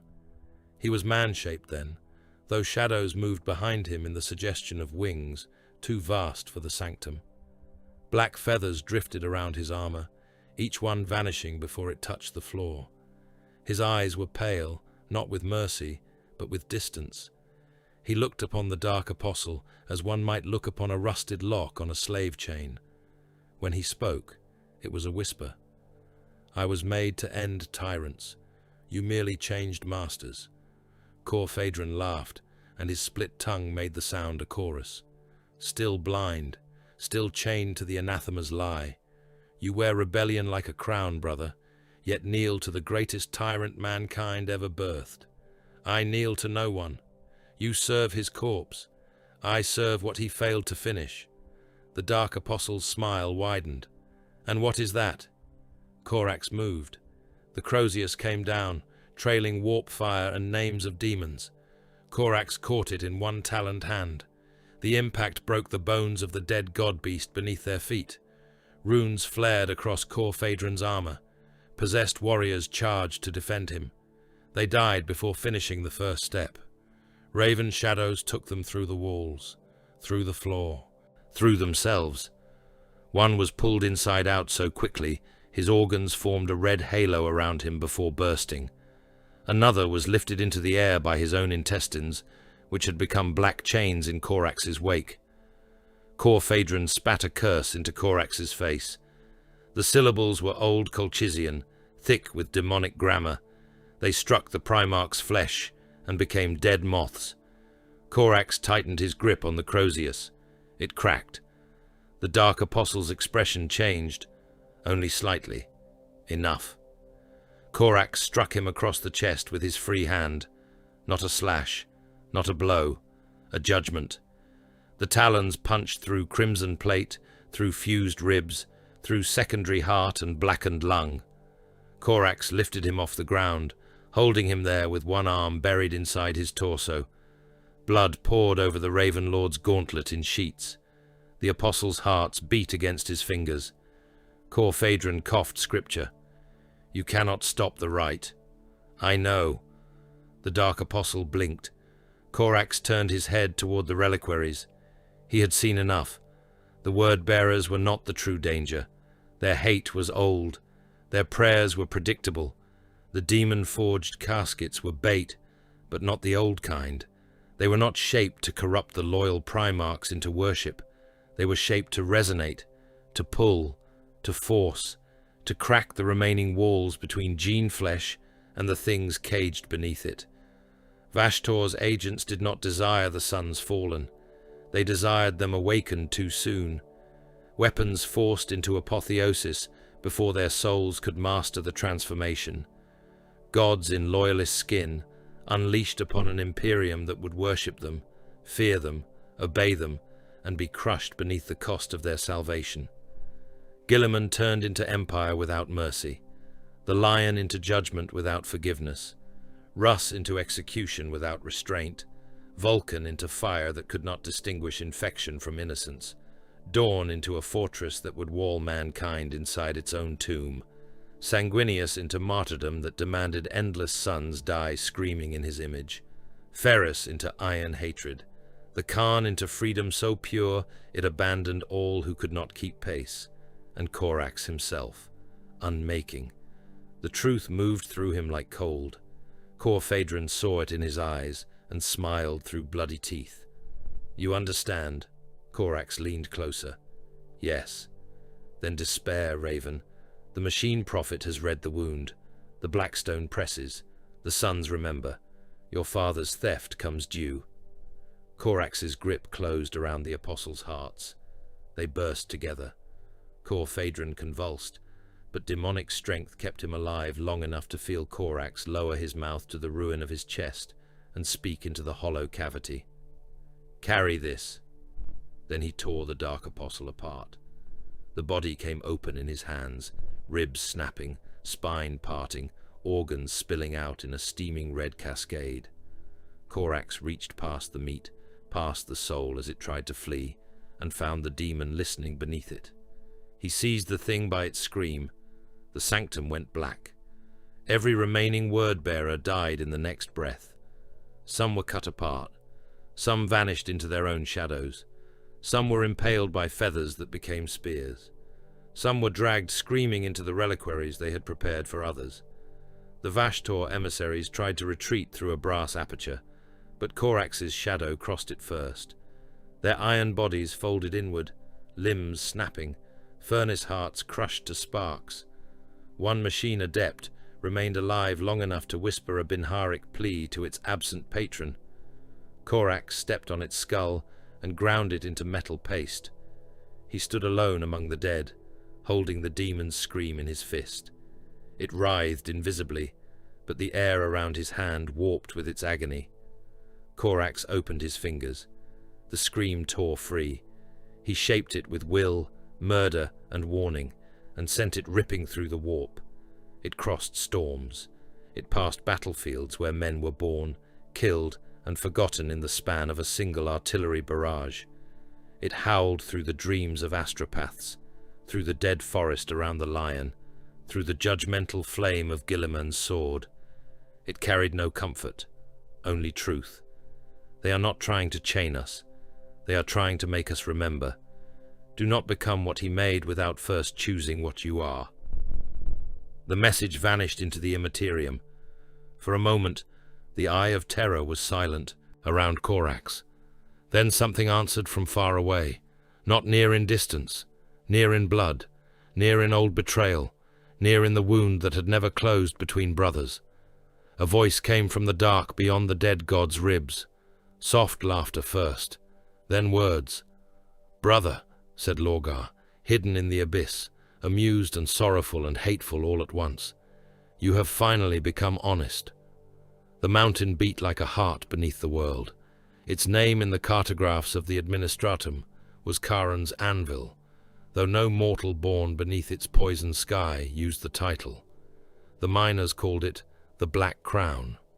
The chapter serfs called it the Burning Mountain. The salamanders, who had come across the void in armor, the color of deep flame and old forest, called it a sign.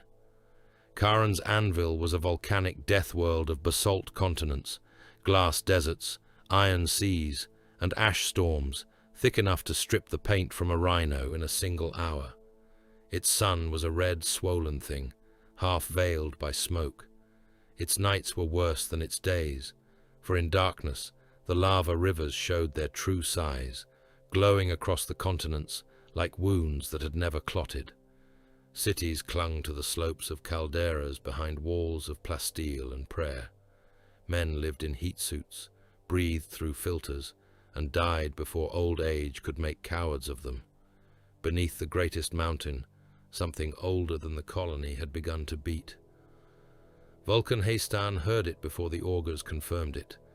He stood in the forward assault bay of the strike cruiser, Pyre of Prometheus, one gauntlet resting upon the haft of his spear, his drake-scale cloak hanging heavy over green ceramite. Around him knelt fire drakes, line brothers, apothecaries, tech marines, chaplains, and warriors from successor chapters who had answered the call of the Promethean cult. Their armor bore different heraldry, but all carried flame in their souls. The Covenant of Fire had sent ash-marked zealots. The Dark Krakens had sent broad-shouldered hunters from oceanic death worlds. The Black Vipers had sent silent killers, whose provenance remained a wound in the chapter records. They had followed him because the relic had called. One of the 9 artifacts of Vulcan, hidden since the Age of Legends, sealed beneath a mountain that should have been dead, now pulsed through stone and magma like a second heart. Every beat shook dust from the cruiser's chapel icons. Every beat made forge hammers ring without hands upon them. Every beat sent old words through the dreams of salamanders, who woke with their mouths full of ash. Vulcan Hastan had sought the relics across centuries. He had walked battlefields where tyrants ruled from corpse thrones. He had broken Xenos vaults and demon shrines. He had burned cities to recover fragments of his father's legacy. Yet this call did not feel like discovery. It felt like summons. A serf in heat armor approached and dropped to one knee, face hidden behind smoked glass. "My Lord Forgefather, Planetary Command reports total collapse of the northern ash belt. Orklanders continue descent. Greenskin numbers exceed all prior estimates." Hastan did not look away from the launch bay doors. Beyond them, fire streaked the void as drop pods and thunderhawks hurled themselves toward the burning world. "Give me the words of the defenders." The serf hesitated. Hastan turned then. His eyes were red in the launch bay gloom, not with mutation, but with reflected flame. "Speak." The serf swallowed. "They ask if the salamanders have come to save them." The warriors around him did not move. Hastan lowered his spearhead until its blade touched the deck. "Tell them we have come." The serf bowed lower. "As you command, Lord." The drop began moments later. Thunderhawks fell through a sky full of orc debris, burning spores, crude landers, flak clouds, and volcanic lightning. The orcs had come in obscene abundance, drawn by the promise of violence and the instinctive stink of a great battle yet to reach its ripest slaughter. Their ships crashed as often as they landed. It did not matter. Every wreck became a fort. Every crater became a muster pit. Every dead orc fed the fungal filth that would birth more green bodies, if not cleansed with fire. They had already turned half the continent into a meat grinder. The northern ash belt crawled with mobs, trucks, buggies, gun wagons, squig beasts, stompers, and scrap towers. Dragged on wheels by roaring engines, orcs ran laughing through artillery strikes, shooting into smoke, shooting into each other, shooting into the sky because noise pleased them. Their war bosses bellowed challenges from platforms built of welded tank hulls and stolen shrine bells. Their mech boys hammered plates onto engines that should not function, then laughed as those engines screamed into life through violence and belief. The first salamanders' drop pods struck among them like judgment. Ceramite petals blew open. Green-armored giants emerged through fire and ash. Flamers coughed promethium. Multi-melters screamed. Thunderhammers rose and fell. Orcs died laughing, died burning, died biting at the hands that killed them. A knob came roaring through the flame with his jaw aflame and his arms full of chain blades. Brother Tekel met him with a hammer blow that collapsed the orc's skull into his chest. The green body staggered onward for 3 steps, brain matter boiling through its tusks, before a flamer washed it clean from existence. "Forward," Hastan voxed. "To the mountain. Burn the spores. Break the engines. Leave no green flesh unmade." The salamanders advanced in disciplined fury. They were not swift as the sons of the Khan, nor cold as the sons of Gilliman, nor secretive as the first. They were endurance given wrath. They moved through heat that would have killed lesser warriors, their armor blackened, their lenses glowing, their weapons breathing flame in measured bursts. Behind them came mortal auxiliaries, forge militia, and mine-borne defenders, all male, all terrified, all chanting through cracked rebreathers as they carried ammunition and wounded under skies that rained ash and teeth. The mountain beat again. This time, every chainsword in the army glowed red along its teeth. A scout sergeant cursed. A tech marine barked Binharic alarm.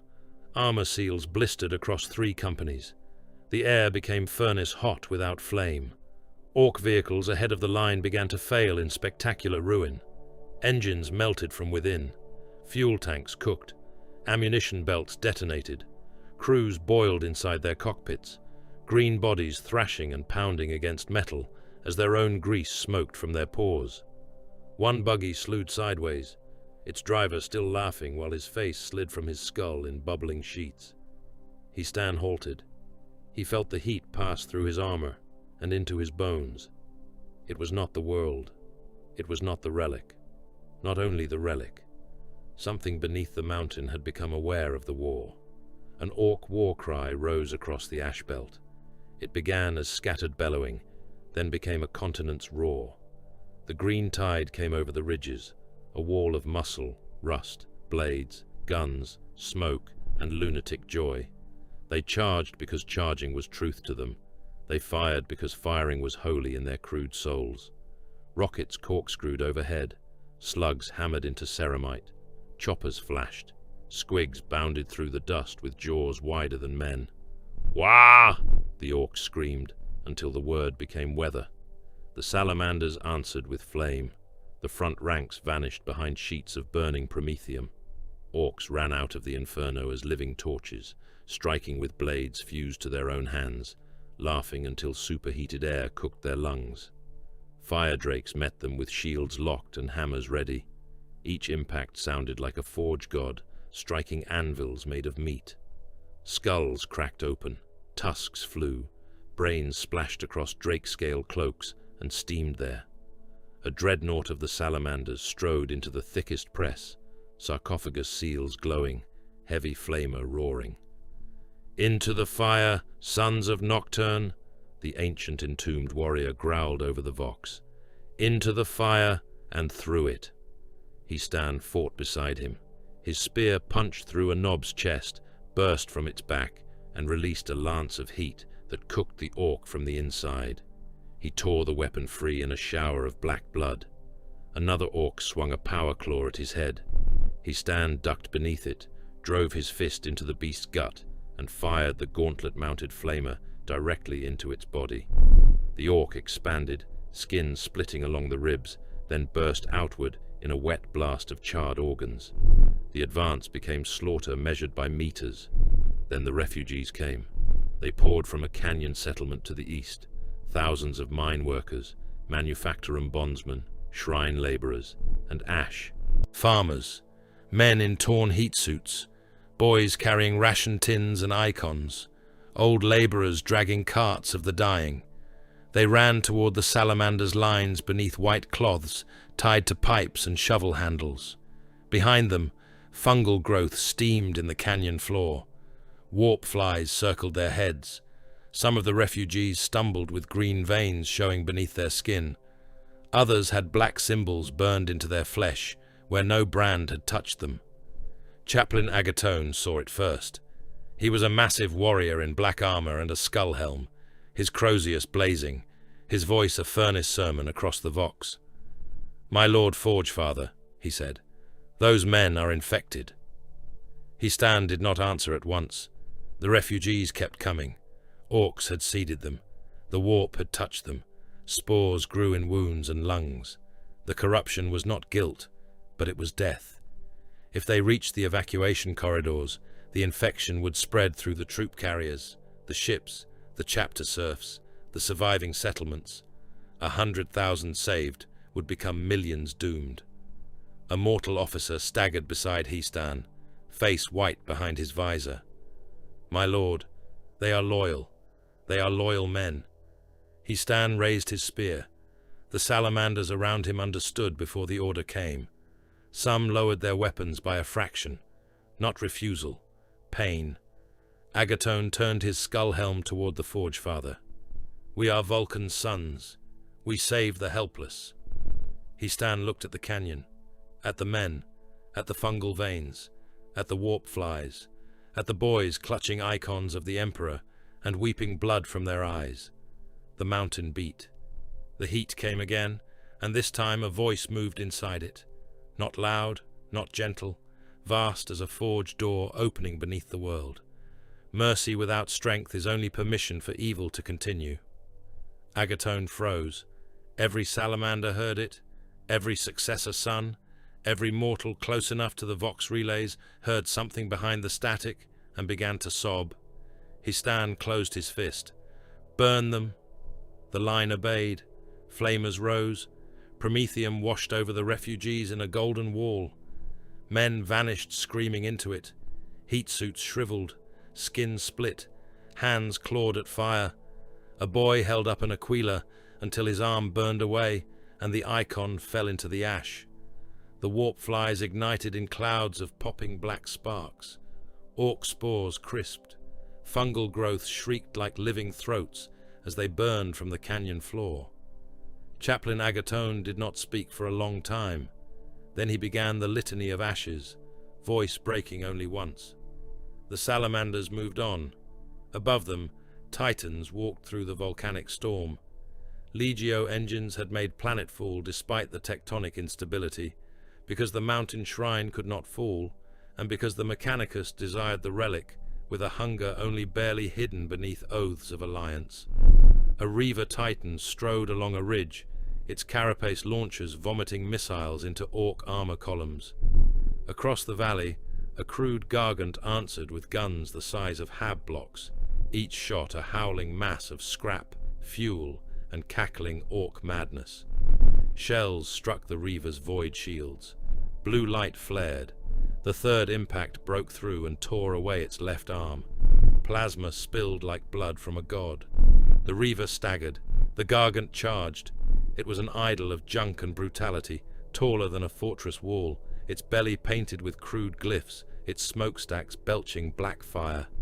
Orcs swarmed across its decks, firing wildly, beating drums made of tank hulls, throwing prisoners from gantries because the fall amused them.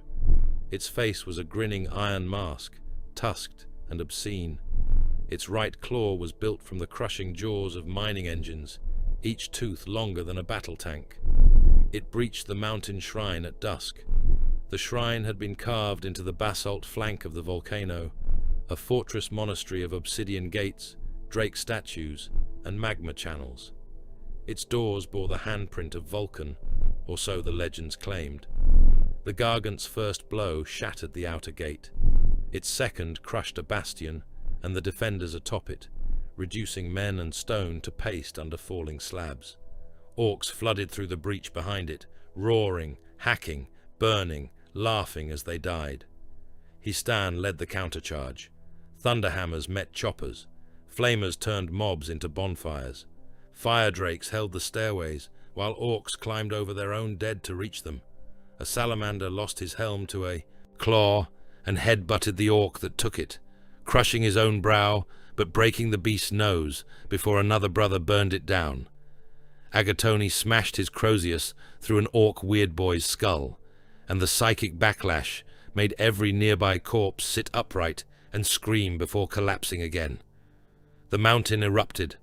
Lava burst from the shrine floor in rivers of white-orange fire. Orcs died by the score, their bodies popping and splitting as they fell into it. The Gargant laughed through its vox horns, a deafening mechanical bellow. "Come on, green humies, come get crumped." Its claw descended toward the inner sanctum. The lava rose to meet it. At first, Histan thought it was pressure from the eruption. Then the molten river took shape. A hand emerged, vast, black, wreathed in green fire, scaled in shadow. Its fingers closed around the Gargant's claw. The orc machine strained, pistons screamed, mech boys hammered emergency levers. The claw did not move. The silhouette rose through the lava. It was not flesh, not holy. It was a drake shape made from furnace light and immortal pain, a titan shadow of black and green, shoulders like mountains, eyes like forge hearts, a hammer shape burning in one hand, scales formed and unformed along its outline. In its chest, Heastan saw wounds opening and closing, death remembered and denied, agony made eternal. The perpetual drake looked upon the gargant. The hand tightened. The gargant's claw collapsed inward. Metal screamed. The crush travelled up the arm, folding pistons, grinding armor plates, compacting ammunition feeds. The crew compartment burst outward in blood, smoke, molten teeth, and cooked orc bodies. Green limbs flew in every direction. A mech boy shot from the rupture, still strapped to his chair, laughing until he hit a shrine pillar and became a red smear. The drake shadow swung its hammer. The blow took the gargant in the chest. For a heartbeat, nothing happened. Then the machine's entire torso caved in. Its reactor screamed. Its head tore free and spun backward into the breach, crushing 100 orcs beneath it. The body fell to its knees like a worshipper, split open from throat to belly, and vomited fire. The salamanders did not cheer. They knelt. Heastan remained standing only because the relic was calling him. He entered the inner sanctum alone. The chamber beneath the mountain was not large. It was carved from black stone and ringed by magma veins. At its center rested the artifact, half embedded in basalt, pulsing with that terrible second heartbeat. It was a hammerhead, or perhaps part of one. No mortal craft had shaped it. Its surface drank flame and returned it brighter. Salamander sigils crawled across it like living embers. Heastan reached out. The relic came free. At once, every flame in the shrine leaned away from Nocturne, away from the old promises, away from the path every relic hunt had taught him to expect. The hammer fragment turned in his grasp and pointed toward the stars, toward the sable concordance. Heastan looked down. Beside his boot, burned into the stone, was a handprint larger than a land raider. It had two shapes overlapping, one human, one draconic. Fingers spread in command or warning. The stone around it still glowed red. The voice returned through the heat. "Tell my brothers the forge is open." Fenris was freezing in ways no world of ice should freeze. Cold had always been its first law. Cold in the sea winds. Cold in the iron bones of the mountains. Cold in the blood of the beasts that hunted beneath black auroras. Cold in the hearts of the warriors who climbed from Deathworld tribes into the halls of the Fang and learned that survival was only the first tooth of glory. Fenris had never promised warmth. It had promised trial. This winter was not trial. This winter hated. It came beneath a sky torn open by the great rift, where red light bled through the clouds and voices rode the wind. They were not the voices of Fenrisian dead, though the ignorant among the Kaels whispered that they heard fathers and sons calling from the blizzards. The rune priests knew better. They heard the laughter behind the masks. They heard syllables from the old burning of Prospero. They heard names of wolves who had died 10,000 years ago, spoken by mouths that had never deserved to shape them. Snow fell upward around the Fang. It rose from the cliffs in white sheets, streaming toward the heavens like the world was shedding its own skin.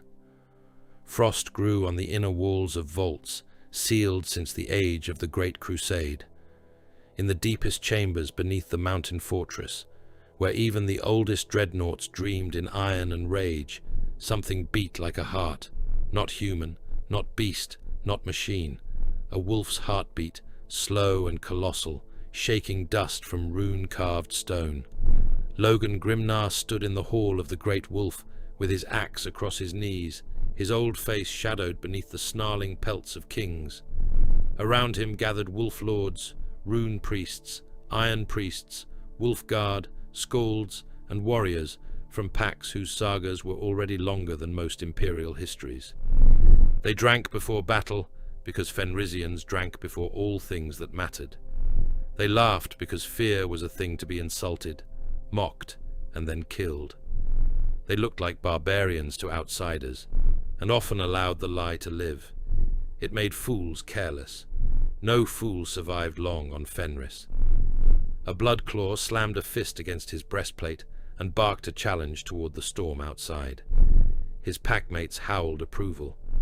Beside them, a grey hunter tightened the oath knots on his bolter sling and watched the young warriors with one eye and the tactical hololith with the other. A long fang spat into the fire and muttered that the pups were too loud, then gave the exact angle at which their line should fall back when the eastern gate was breached. The hall thundered with laughter, boasting, insults, and old songs, yet every warrior present had counted ammunition, memorized kill corridors, and checked the seals on his helm twice. Savage was not stupid. The sons of Russ had buried enough enemies who believed otherwise. A rune priest named Hrafn Blackmane leaned on his staff of bone and iron, his beard rimed with frost that had not melted inside the hall's firelight. His eyes were white with stormsight. At his throat hung charms of tooth, runestone, and broken ceramite taken from sorcerers he had killed. "The hunt has begun," Hrafn said. The laughter dimmed, but did not die. Grimnar looked up. "Say it plain." The rune priest's lips peeled back from his teeth. "Traitor fleets vanish beyond the sea of stars, not destroyed by lance fire, not boarded, gone. Their wakes freeze in the void. Their crews are found days later in drifting hulks, every man standing at his post, frozen solid inside armor and skin. Their hearts are missing." A wolf lord grinned. "Good." Hrafn's gaze did not move from the fire. Thousand Sun sorcerers have been found on dead moons around Gangava, frozen through their warplate. No breach marks on the hulls, no tracks, their hearts bitten out through the armor. The hall went quiet at that. The hatred between Fenris and Prospero was not a flame. Flame burned too quickly. It was permafrost around a corpse, preserving every wound. A young warrior whispered, "Is it him?" No one mocked him. The heartbeat beneath the fang sounded again. Stone cracked in the hearth. The fire bent low, as if bowing before a storm. Grimnar rose. Before he could speak, the eastern gate died. It did not open. It died. Its runes went black. Its adamantine hinges turned to white ash. Its murder holes screamed with the voices of men who had never been born. Beyond it stood Prospero. Not truly, not wholly. A wound of memory had been carved into the air, and through it came the illusion of a world murdered by the wolves and mourned by their enemies. Crimson towers leaned beneath a golden sky. Glass pyramids burned without heat. Libraries bled parchment. Statues of scholars wept molten eyes. And from that false city marched demons wearing the colors of old Prospero. They came in red and gold. They came with crested helms and curved blades, with empty eye lenses and laughter like dust in tombs. Some bore the shapes of rubricae, hollow suits of armor animated by sorcery and spite. Others were demons draped in the memory of the 15th Legion, their limbs too long, their faces hidden behind masks of noble tragedy. Thousand Sun sorcerers walked among them, staff heads burning blue, their voices chanting curses that made frost turn to glass, and glass turn to blood. The first wave hit the Fang's defenders at the inner causeway. Bolters roared. Frost axes rose. Plasma coils screamed. The space wolves met the nightmare not with disciplined silence, but with howls that shook the rafters. They charged because the enemy had come to their hall. They fainted because charging alone was for dead idiots. Packs split and reformed around the demon line, drawing sorcerous fire into kill zones. Bloodclaws crashed against shimmering shields, losing arms and heads in bursts of warp fire. Grey hunters waited half a breath longer, then fired into the openings the young ones had bought with blood. A demon in Prospero red took a warrior by the throat and lifted him high. Its fingers pushed through gorget and flesh.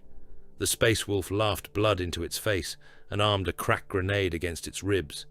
They vanished together in a spray of ceramite, blue flame, and wet red ruin. Rubricae advanced without pain, firing bolters that spat cursed shells. The shells hit Kaels in the rear ranks and turned them into pillars of dust wrapped in screaming skin. A long fang pack answered with missile fire, blowing the hollow warriors apart, only for their armor to rise again in pieces, dragging itself forward across the stone. "Rune fire," Grimnar growled. Hrafn raised his staff. The storm answered from inside the mountain. Lightning cracked down through the ceiling without breaking it. It struck the Rubricae and turned their souls of dust into shrieking blue spirals. Hrafn snarled old Fenrisian words, and the spirals froze solid, dropped to the floor, and shattered beneath the boots of advancing wolves. Then the bargain makers were found. They came stumbling from a lower passage under guard, 3 Imperial commanders in torn greatcoats and frost-crusted carapace, their hands bound with chains. They were Lord Marshal Edric Van, Colonel Jorund Hale, and Shipmaster Cassian Dravosk, all loyal servants of the throne by record, all decorated, all blooded, all doomed. Behind them walked Rune Priest Hrafn's acolytes, carrying a brass idol wrapped in wolf hide and warding chains. The idol wept black smoke. Grimnar turned slowly. "What is this?" Hrafn's face was grim. They opened a gate beneath the refugee vaults. They offered names to things in the storm. They thought to save the Fenrisian civilians trapped below the eastern ice shelf. Van raised his chin. He was pale, exhausted, but not craven. "We saved 80,000 lives." Hale barked. "The wolves left them to freeze." A dozen warriors snarled. Dravosk shook so hard his chains rattled. The entities asked only for old blood names, dead names, names from broken stones. We did not know they would answer as Prospero. Grimnar's eyes hardened. Before he could pass judgment, the hall went cold enough to silence fire. The demons at the eastern gate stopped. The Thousand Suns sorcerers turned. Every wolf in the fang began to howl. Not the space wolves. Not yet. The beasts first. Fenrisian wolves in the outer kennels. Cyber wolves in iron cages. Wolfen chained in the dark. Then the warriors felt it in their bones and added their voices, not in choice, but recognition. The hunt had come home. Snow blew through the hall from no doorway. It carried blood scent. It carried old iron. It carried the stink of wet fur, lightning, and opened throats. A shape moved in the blizzard beyond the gate. Too large for a man, too straight-backed for a beast, too real to be a ghost. It came first as eyes, amber and merciless, then as a crown of storm, then as a mane of grey and gold, then as armor marked by claw, rune, and age. Leman Russ stepped into the fang. He was not young. That was the first horror and the first truth. He was not the laughing warlord of old sagas, untouched by years. The warp had not preserved him like a relic behind glass. It had hunted him, and he had hunted it back. His face was older, lined like split granite, beard tangled with frost and blood. His armor was a king's ruin, scarred by battles fought where time broke its teeth. At his side hung a blade that looked less forged than remembered by storms. Around him moved a shape larger than flesh, a wolf and a king, and an axe and a sentence, each aspect folding into the next. The Emperor's executioner had returned, not as a savior, as verdict. The nearest Thousand Suns sorcerer raised his staff. Wolf King. Russ crossed the distance between them before the last syllable died. He did not strike from afar. He did not unleash some noble beam of power or command the mountain to crush his foe. He seized the sorcerer by the helm, tore the helm away with the face inside it, and held the screaming head before his own eyes. "I remember you lot begging prettier," Russ said. Then he bit through the sorcerer's chestplate. Ceramite cracked, runes shattered. His teeth closed around the witches' hearts through armor, bone, and meat.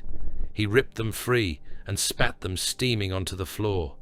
The sorcerer collapsed in a fountain of blood and blue fire. The wolves went mad. They hurled themselves into the enemy with renewed fury, but Russ was already ahead of them. He moved through the demonic Prospero like a storm with hands. He made every condemned thing look at him before it died. A demon wearing a noble Thousand Sons face tried to flee into mist. Russ caught it by the jaw and forced its head around until its false eyes met his. "No," he said. "You came wearing a memory. Die wearing it." He crushed the skull until horn, mask, and demon brain burst between his fingers. Another creature begged in High Gothic, claiming innocence in the voice of a remembrancer. Russ listened. Then he opened it from throat to groin with one clawed gauntlet and let its entrails spill smoking across his boots. "Wrong voice," he said. The battle became a butchery of ghosts. Prospero burned again in the halls of the Fang, but this time the wolves did not come as invaders. They stood in their own den, surrounded by the old guilt and the old hatred, and tore the nightmare apart, one body at a time. Rune priests froze warp flames. Wolfguard broke rubricae beneath thunderhammers. Bloodclaws died grinning with demon teeth in their hands. Kaels dragged wounded warriors away and fired shotguns into anything that followed. Hrafen Blackmane approached Russ after the eastern breach was sealed by corpses and ice. The rune priest moved slowly, as a man approaching both father and storm. "My lord," he said. Russ turned. Blood steamed from his beard. One of his eyes burned gold. The other reflected a winter sky that was not inside the hall. Hrafen bowed his head, then forced himself to look up. "Have you returned as man or monster?" The hall seemed to recoil from the question. Russ smiled, and there was no warmth in it. "I was never sent to be a man." He walked past the rune priest to the bound commanders. Van straightened. Hale glared. Dravosk began to weep. Russ looked at them for a long moment. He did not ask for explanation. He had smelled the bargain on them before they entered the hall. Warp stink clung to mercy as easily as to ambition. "You tried to save my people," Russ said. Van swallowed. "Yes. With demon tongues in your ears. We were desperate." "Aye." Russ drew his blade. Grimnar stepped forward. "Lord Russ." The Primarch glanced at him, and the great wolf stopped, as if a hand had closed around his throat. Russ looked back to the commanders. "You were loyal once. That buys you clean deaths." Van nodded once, though his face had gone grey. Hale spat at Russ's feet. Dravosk begged the Emperor for forgiveness. Russ killed them himself. 3 strokes. No spectacle. No rage. Heads fell onto the stone, faces still wearing their last truths. Blood spread beneath them in dark fans. The brass idol screamed inside its wrappings. Russ lifted his boot and stamped down. The idol burst, not broke, burst. Black smoke, teeth, and a little knot of wet eyes sprayed across the floor. Something inside it wailed as it died. Russ ground the remains into paste beneath his heel. "Oath-breakers," he said, "not traitors. There is a difference. Remember it, or I'll teach it with your bones." No one answered. The psychic winter outside began to change. Russ walked from the hall to the outer platform of the Fang, and the wolves followed. The sky above Fenris writhed with the great rift's red wound. Snow screamed upward around him. Far above, traitor ships burned in orbit. Some were already frozen, their hulls locked in impossible ice, drifting like trophies. Russ lifted his head. His howl struck the world. It was not sound alone. It was blood memory, command, challenge, grief, and execution. It crossed Fenris. It crossed the void. It tore into the warp with teeth bared. Astropaths vomited blood hearing it. Demons crouched in their lairs. Far away, in the hidden ways between stars, White Scar's storm seers woke from trance with their hearts hammering. They heard hooves. They heard engines. They heard laughter racing ahead of thunder. On Fenris, Russ lowered his head and looked toward Terra. though no mortal eye could see it from there. His lip curled. "Dawn still stands," he growled. "Even dead, that stubborn bastard still stands." The webway had become a wound with roads inside it. It had not been built for war, though war had claimed it as it claimed all things in the 41st millennium. It had been made for passage, for dominion, for arrogance older than mankind's first fire. Now its arteries were split, its crystal veins ruptured, its impossible tunnels clogged with wreckage, corpses, slave chains, Xeno's banners, demon spore, and the rusting bones of imperial crusades that had marched into the hidden dark and never found their way home. White scars hunted there. They did not advance in lines. They did not form squares around banners and wait for death to come to them like patient fools. They rode through the shattered artery on grav bikes, attack craft, jump packs, and their own pounding boots, where the path narrowed too far for engines. Their armor was white beneath the grime, marked with red lightning and old scars. Their laughter came over the Vox in short bursts, sharp as blades. Their battle cant moved faster than most commanders could think. Left passage is false. Marked. Raiders above. Already dead. Demons sent on the wind. Then ride faster than the stink. At their head rode Stormseer Kulan Yochi, his helm crested with horsehair, his force stave locked across his saddle, his eyes burning behind the lenses with storm sight. Around him, brotherhoods of the white scars tore through the fractured tunnels, striking not at the thickest parts of the foe, but at the joints, the eyes, the throats. They killed leaders. They severed roots. They collapsed bridges behind pursuing packs. They let lesser enemies live just long enough to carry panic ahead of them. The war in the webway had no map. A passage that led forward could curl back into a city of knives. A gate could open onto a battlefield that had ended 10,000 years before, its dead still warm. Gravity changed without warning. Distance betrayed all measurement. A rider could see his own back vanishing around a turn if he looked too long into the wrong crystal seam. The white scars did not try to master it. They listened to it. They rode its lies until the lies grew tired. Ahead, beyond a corridor lined with statues of screaming Xeno's saints, the hidden city waited. It had no name that human mouths should keep. The Drukhari had carved it into the artery like a tumor of black glass, bone spires, hanging arenas, slave pens, poison gardens, and towers made from the fused skeletons of conquered species. Bridges hung over gulfs where demons climbed from red breaches in reality, only to be harpooned by laughing raiders and dragged into cages for later sport. Fleets of skimmers circled between spires like razor-winged insects. The air smelled of fear distilled to perfume. Billions of enslaved souls choked its levels. Men from lost imperial crusades knelt in chains beside human laborers, mutant pit fighters, captured serfs, broken guardsmen, and nameless generations bred in the dark. Some still wore scraps of Aquila-marked armor. Some had prayer scars cut into their skin. Some had forgotten terror, but still flinched at the shape of the imperial eagle, as though memory could survive where hope had been flensed away. They looked up when the first white scars came through the western gate. They did not cheer. Men who had been slaves too long did not trust rescue. They trusted pain, because pain had kept every promise. The white scars did not slow for their disbelief. They came like weather. Jet bikes screamed beneath arches too narrow for sane pilots. Bolters fired in passing, each burst placed into a command balcony, a comms shrine, a venom cannon nest. Drukhari warriors died before raising their splinter rifles. A raider barge swung between spires, hull plated with faces stretched in agony, and a white scar attack bike flew beneath it upside down, its gunner laughing as his multi-melter carved the skimmer open from prow to engine. Xenos bodies spilled out, burning and elegant, their screams falling behind the riders as irrelevant music. The city answered with cruelty.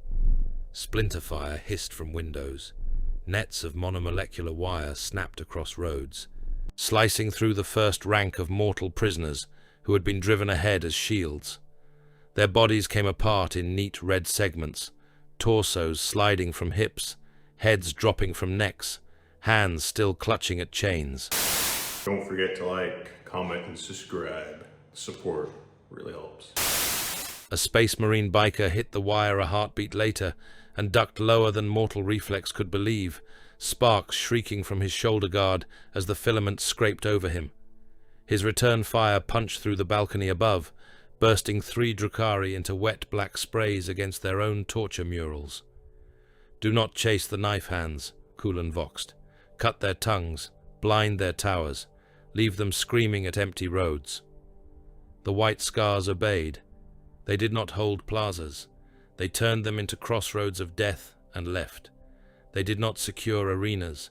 They rode through the gates, killed the beastmasters, cut the chains on the largest monsters, and let madness bloom behind them. They did not clear every tower. They gutted the signal spires and vanished before the defenders understood what had been taken. A tyrant's army was a body. The Khan's sons knew that a body did not need every limb severed if the spine was broken. Then the laughing began. Not White Scar's laughter. Older, deeper, thunder with teeth. A Drukhari command node exploded without being struck. Its upper tiers simply parted, as if a blade had passed through them faster than sight. Severed heads fell into the street below, delicate helms still locked around expressions of surprise. Their bodies remained standing on the balcony above for a few heartbeats, before blood jetted from their necks in black fountains. The sound of engines came after the killing, then hooves, then wind. Jagatai Khan entered the city as motion. No gate announced him. No herald spoke. No banner preceded him. He was suddenly there, racing along a bridge of black glass on a bike that seemed less machine than storm-given shape. Cloak snapping behind him, blade in hand, white armor marked by dust from roads that did not exist. Lightning crawled across him. It ran through the air in his wake, cracking along towers, leaping from chain to chain, exploding slave collars and weapon locks. His hair streamed like a war banner. His eyes were bright with killing joy. A squadron of Drukhari jet bikes descended on him from above, riders shrieking promises of exquisite torment. The Khan laughed. He passed between them. For a moment, nothing happened. Then every rider's head slid from his body.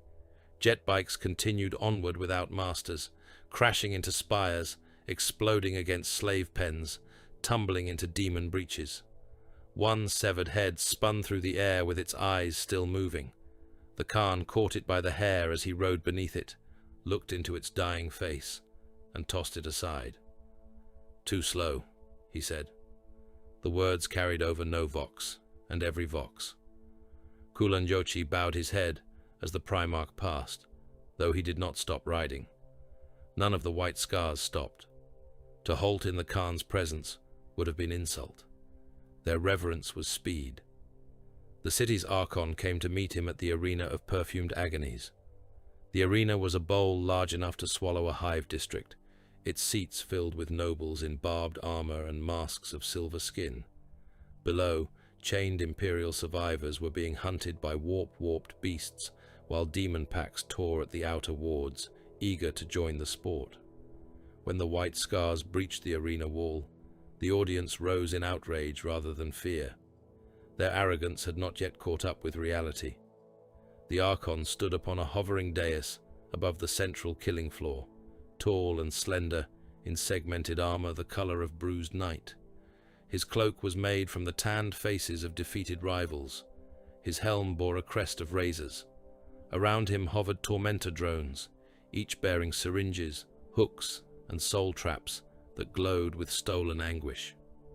"Great Khan," the Archon called, his voice magnified into something silken and venomous. "You trespass in my gallery. How delightful. I shall keep you conscious for centuries. I shall teach your sons new prayers, one nerve at a time. Your laughter will become a hymn to me." The Khan slowed. Only then. His bike came to rest atop the arena wall, engine growling like a beast eager to run. Around him, White scars poured through breaches, cutting down guards, freeing chains, blasting cages open. Demons surged from a ruptured archway and were met by storm bolters and curved blades. The Khan looked up at the Archon with mild amusement. "You speak like a jailer, because you have never known the horizon." The Archon's body stiffened. No rage showed. Drukhari rulers did not waste rage when cruelty could serve. He lifted one hand. The arena became a trap. Walls unfolded inward. Crystal blades rose from the sand. Gravity inverted in sections, sending freed slaves and beasts alike falling upward into nets of hooks. Hidden weapon nests opened in every tier. Poison mist rolled from the mouths of statues. The exits sealed with blackstone slabs, etched in runes stolen from dead Necron tombs. The Archon bowed. "Welcome to the cage." The Khan smiled without warmth. Then he moved. The trap failed because he did not respect it enough to be trapped. His bike leapt from the wall, not down into the arena, but sideways along a vertical surface, then across the underside of a floating blade platform, then through a gap that had been open for less than a heartbeat. His sword flashed once. A control node died. The left side of the arena lost gravity entirely. Drukhari nobles floated from their seats, arms flailing, dignity destroyed before bodies were. White Scars bikers rode up falling debris as if it were a road, firing into exposed galleries. Nobles exploded in clouds of dark blood, jewels, and torn silk. The Archon's drones converged. The Khan cut through them. Needles sprayed acid across his armor. Hooks scraped sparks from his pauldron. One soul trap opened and tried to drink the edge of his essence. He leaned close to it as he passed and laughed into the device. It shattered, releasing a shriek of stolen souls that tore the nearest Drukhari guards apart from within. Their mouths stretched wide, their backs arched, and pale hands burst from their throats before dissolving. The Khan reached the dais. The Archon struck first with a blade so thin it was almost absent. The Khan turned it aside with contemptuous precision. The Archon struck again, faster than mortal vision, each cut aimed at tendon, eye, nerve, gap, weakness. The Khan did not block so much as refuse. He was never where the killing edge arrived. He moved with the rhythm of open plains inside a city that had never seen a sky. "You are quick," the Khan said. The Archon hissed. The Khan's blade flickered. The Archon's right hand fell away. No flourish, no warning. The hand struck the dais, fingers still clutching the poisoned blade. The Archon stared at the stump as black blood pulsed from it. "You are not free," the Khan said. The Archon lunged with a concealed spine whip from his armor. The Khan stepped inside it, seized him by the throat, and held him over the arena. Below, his city collapsed into panic. Command nodes burned. Beast cages opened. Slave collars detonated or fell loose. Demon packs poured through the outer breaches and found no masters to bargain with, only screaming prey. White Scars rode through it all, not saving the city, not conquering it, but turning every avenue into a killing road pointed toward one destination. "Kill me," the Archon rasped. "My suffering will be brief. Theirs will not. You cannot carry them all away. Look at them, human. Billions, chains upon chains. You will abandon more than you save." The Khan looked down. He saw the captives, men reaching upward, men crushed beneath panicked crowds, men still chained to walls as fire spread, men with imperial tattoos faded into scars, men who had waited generations for rescue and would see only the wake of it passing by. For a moment, even the storm around him seemed to slow. Then the Khan looked back at the Archon. "Yes." The Archon's smile faltered. The Khan threw him into the arena. He did not simply drop him. He hurled him hard enough that the Xenos struck the sand and burst through it into the machinery beneath. The arena spasmed. Blades retracted. Gravity failed across all tiers. The Archon crawled from the crater broken but alive, one leg reversed, helm split, face exposed and beautiful in its hatred. The Khan landed before him. "You promised eternity," he said. I grant you a moment." The Archon tried to speak. The Khan took his head. He lifted it by the crest, so the nearest Drukhari could see their tyrant's expression. Not agony, not defiance, astonishment. The face of a jailer who had discovered the door had never been locked from outside. The white scars surged onward. They saved those in their path. Chains were cut, gates were smashed, prisoners were thrown onto transport skiffs, cargo sleds, captured raiders, anything that could move. Apothecaries dragged gene-marked Imperial survivors from piles of dead. Chaplains of successor brotherhoods roared prayers while carrying wounded men across bridges slick with Xeno's blood. But the Khan did not turn aside for every scream. He did not empty every pen. He did not spend the hunt on impossible mercy. A tunnel to the south collapsed behind them, sealing hundreds of thousands in darkness with demon packs. Their voices followed the white scars for a long time. One young brother voxed, "Great Khan, there are still men in the lower cages." "I know.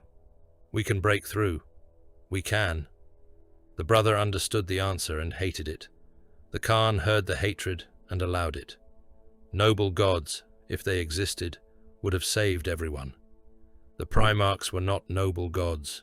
They were weapons built in the shape of fathers, and even the kindest of weapons killed what they could not carry. The hunt drove deeper. Beyond the city, the webway narrowed into a tunnel of pale crystal and black fracture lines. Demons pressed against the cracks, clawing from the immaterium, their faces flattening against reality, like starving things behind glass. Drukhari remnants pursued from behind, leaderless and enraged.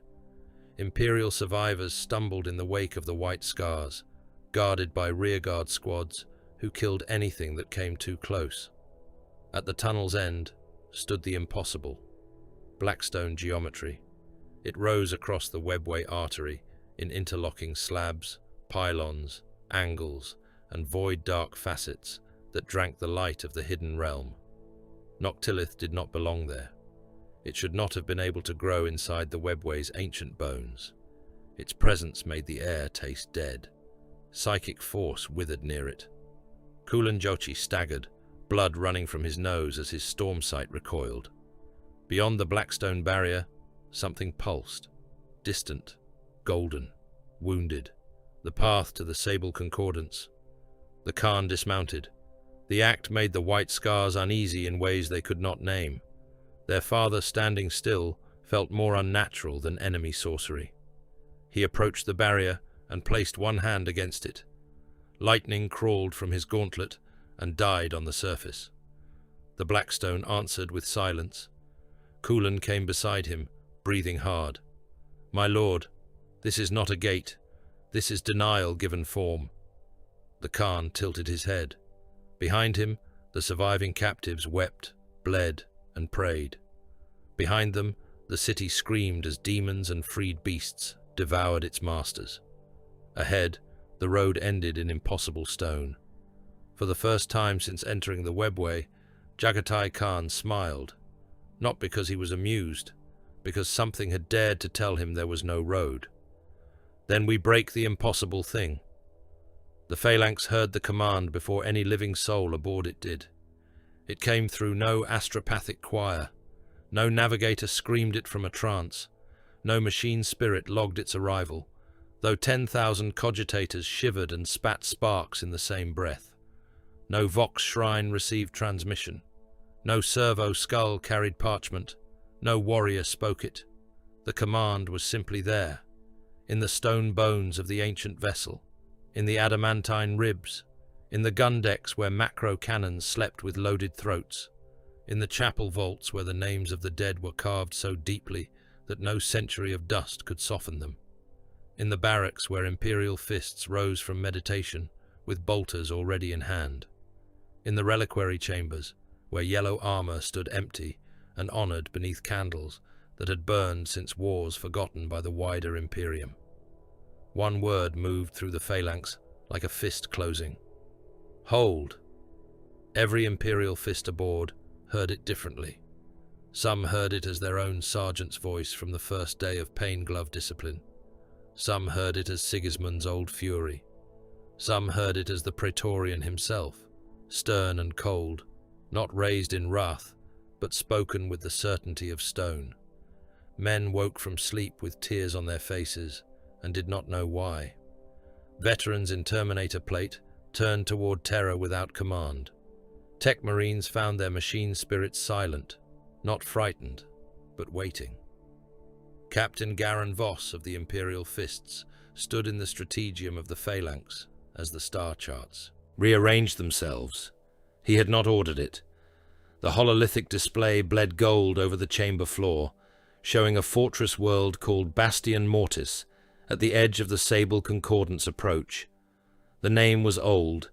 The duty was older. It had been built to guard a pilgrim route and supply spine that now fed Guilliman's collapsing warfront. Its continents were walls. Its oceans were minefields. Its moons were gun platforms. Its equator was girdled by a fortress line so vast that its bastions could be seen from orbit as linked teeth. It was dying.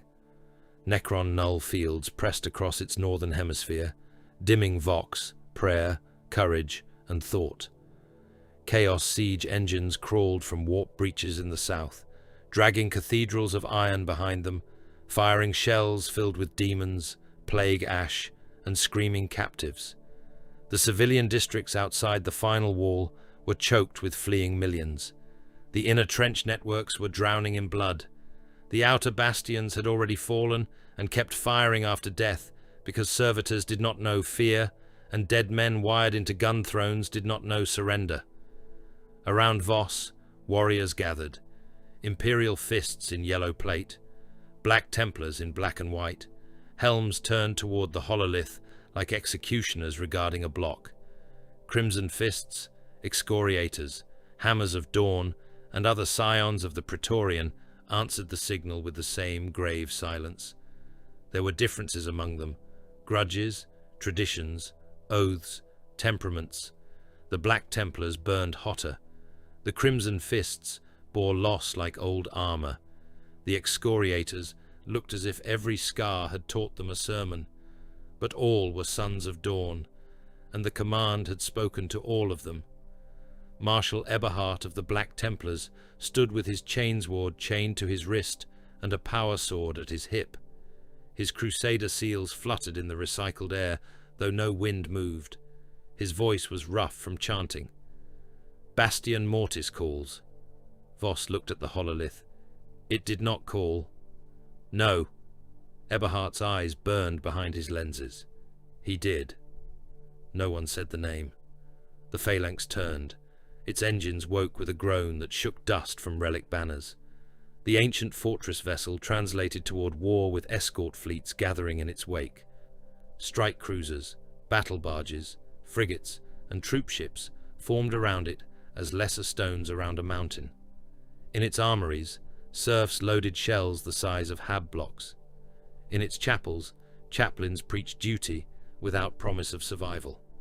In its teleportariums, warriors checked magazines, seals, blades, and oaths. Bastion Mortis filled the forward oculus as they arrived. It was a world under siege by hatred and mathematics. The Necrons came from beneath the dead seas, their tomb complexes rising through boiling brine in perfect silence. Silver legions advanced across salt flats under green lightning.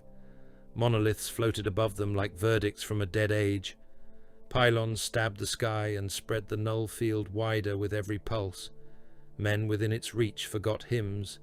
Astropaths died with black frost in their throats.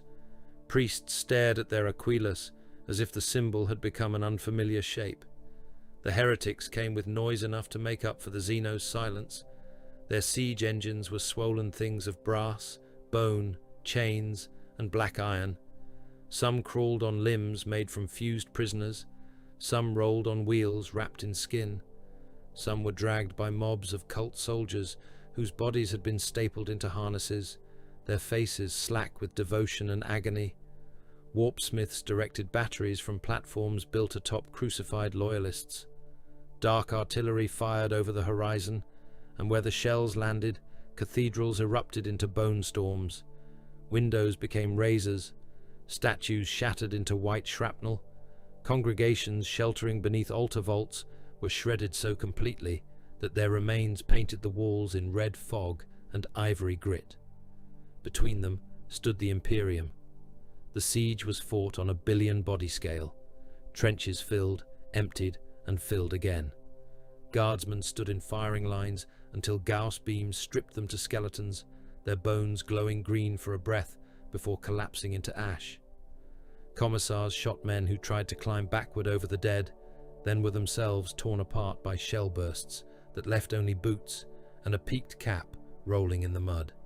Lehman Russ tanks fired from hull-down positions until heretic munitions punched them open and cooked their crews into black paste. Field Medicae worked knee-deep in gore, cutting limbs, packing wounds, dragging screaming men away from firing steps that would be full of new dead before the blood cooled. The final wall still stood. It was called the Durance Line, though no one below used that name now. To the defenders, it was the last wall. Behind it lay the command bastion, ammunition vaults, void shield generators, gene seed cryostores, and the pilgrim supply artery that Guilliman required. Before it lay the civilian districts, still crowded with millions who had not reached the gates before the enemy pressure made mercy impossible. Voss reached Bastion Mortis by teleport strike into the inner command vault. The fortress commander was a mortal Lord Castellan named Odrin Kell, his face grey with exhaustion, his armor cracked, his right arm gone below the elbow. He bowed as well as his injuries allowed. "My lords," Kell said, "the outer districts still hold civilians. We are attempting to keep the eastern gates open." "No," Voss said. Kell blinked. "My lord, the gates close. There are millions still outside." "Yes." "They are loyal." "Yes." The mortal commander's mouth trembled, then hardened. "You condemn them." Voss said nothing. Marshal Eberhard stepped past him and looked toward the tactical display. The enemy arrows pressed against the last wall like knives against a throat. He studied them for 3 heartbeats, then spoke. "If the gates remain open, the wall dies. If the wall dies, the world dies. If the world dies, the concordance dies faster. Close them." Kell looked from one transhuman giant to the other. "The people will see the gates shut in their faces." "They will," Voss said. "They will curse us. They may. They will die screaming." Voss turned his helm toward the mortal commander. "Their screams will not breach the wall. The enemy will." Kell looked as though he wanted to strike him. Instead, he bowed his head. The order went out. The eastern gates began to close. Outside, the civilian masses broke. Men surged toward the narrowing gap, trampling the wounded, crushing children under boots, clawing at each other with hands turned animal by terror. Ministorum priests tried to lead prayers and were swallowed by the mob. Gate guns fired over the crowd at first, then into it when infected cultists and demon-marked infiltrators were revealed among the refugees. Bodies burst under heavy bolter fire. Men were cut in half against the gate teeth. Those nearest the closing slabs threw themselves against the adamantine, beating bloody fists against metal that would not hear them. A Black Templar on the battlements watched and gripped his sword hard enough to make the leather wrap creak. Marshal Eberhard heard something through the stone beneath his boots. It was not a voice in the air. It did not enter by ear. It rose through the wall, through ceramite, through bone. "Pity is not a battlement." Eberhard bowed his head. "As you will," he whispered.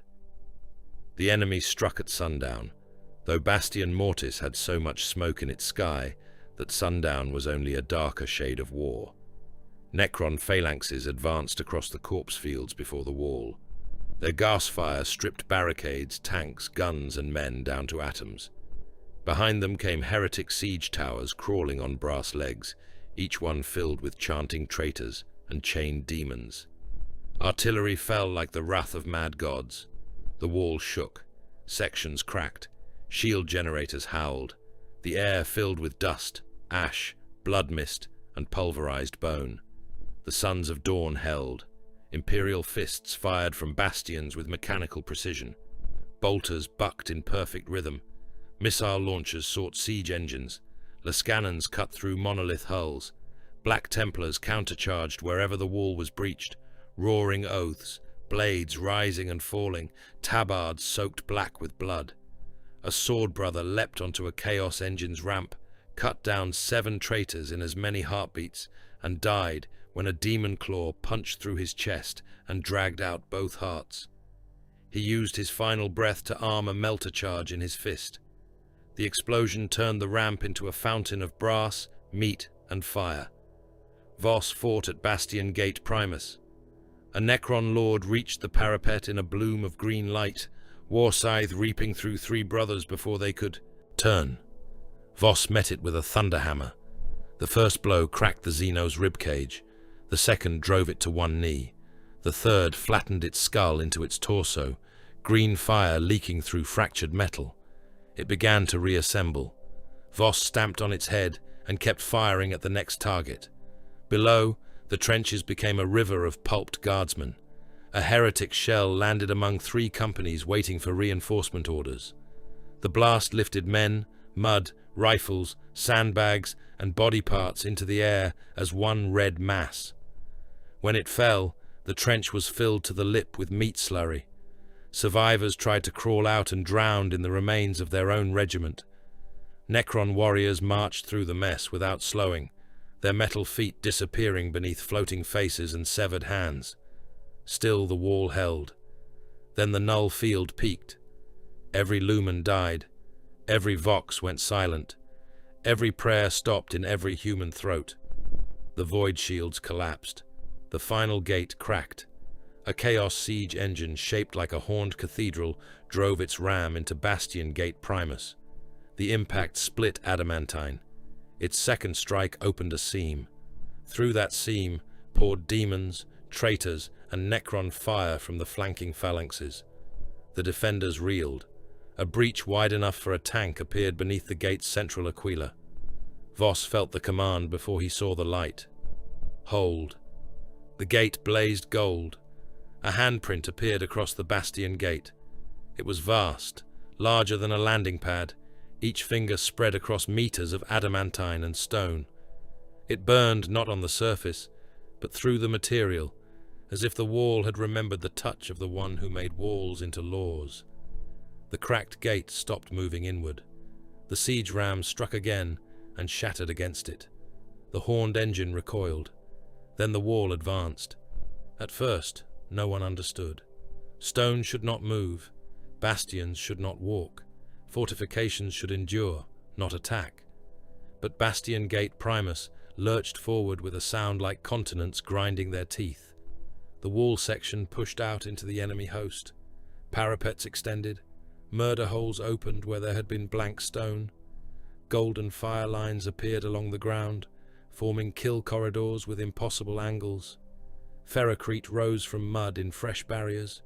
Trenches straightened into perfect fields of fire. Rubble stacked itself into redoubts. Broken gun emplacements dragged themselves back into alignment. The Praetorian principle had awakened. Walls where there were none. Golden killing fields. Unbreakable geometry. The Emperor's refusal to yield, given architecture and wrath. The enemy died in sudden order. Heretic siege engines found themselves trapped between fortifications that had not existed a breath before. Necron phalanxes were channeled into narrowing corridors where Lascannon batteries enfiladed them from 3 sides. Demons hurled themselves at newly risen walls and were impaled on spikes of gold-lit stone. Cult armies panicked as streets became dead ends and dead ends became crushers. The planet itself seemed to close a fist around the invaders. Bastions moved, not fast, inevitably.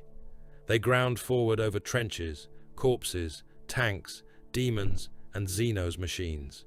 Men trapped before them were crushed without distinction. Heretic, Necron, civilian, wounded loyalist, all became paste beneath the advancing wall if they could not move. This was siege logic made divine. It did not hate. It did not spare. It preserved the fortress by annihilating the space around it. Marshal Eberhard laughed once, harsh and exultant, then charged through a newly opened sally port with his sword raised. For Dawn and the Emperor. The Black Templars followed like a black tide. Imperial fists advanced behind walls that built themselves as they moved. Crimson fists fired from mobile redoubts. Excoriators fought knee-deep in bodies, their armor carved open, their faces hidden behind blood-streaked helms. The enemy legion broke not from fear alone, but from geometry. Their routes vanished. Their reinforcements collided with their retreats. Their artillery lines found themselves enclosed by fortifications that had risen behind them in silence. The horned cathedral engine tried to reverse. The wall caught it. Two bastions ground together with the machine between them. Brass towers buckled. Demon faces burst from the hull, screaming. Chains snapped. Furnaces ruptured. The crew inside were compacted with their own engines, their bodies squeezed through armor seams in red ropes. The cathedral's bell tower fell and was crushed flat under the next advancing section of wall. Voss stood atop Bastion Gate Primus as it moved. He did not cheer. He watched the world become a weapon and understood why the command had not said save. It had said hold. On the phalanx far above, every son of Dawn felt the same pressure in his bones.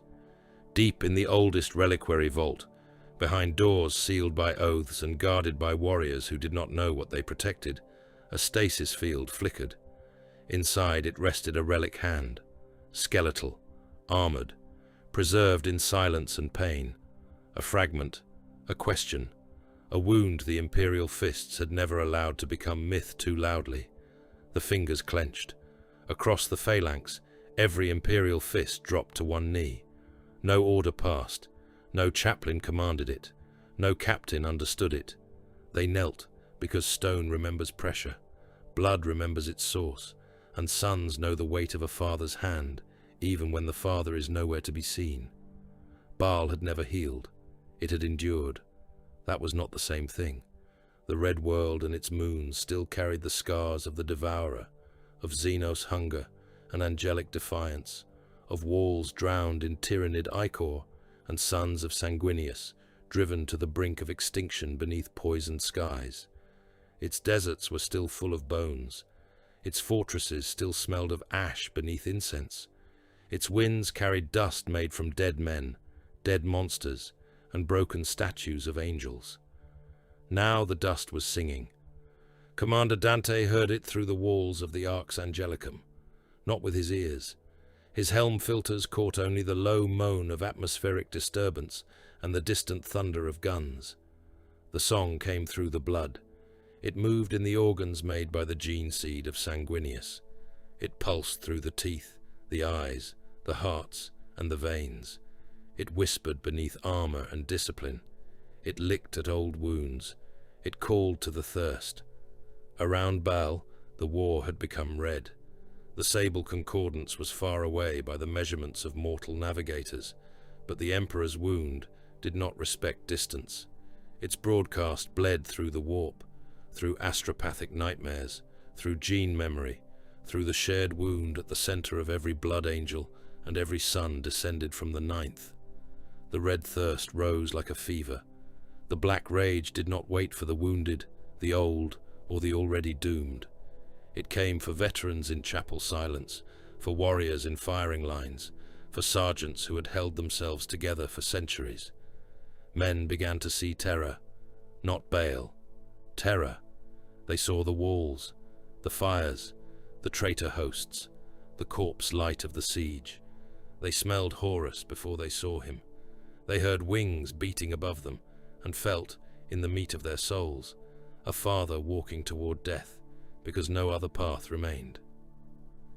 In the hall of sarcophagi, Death Company warriors screamed against their restraints until ceramite cracked and iron bolts sheared from the floor.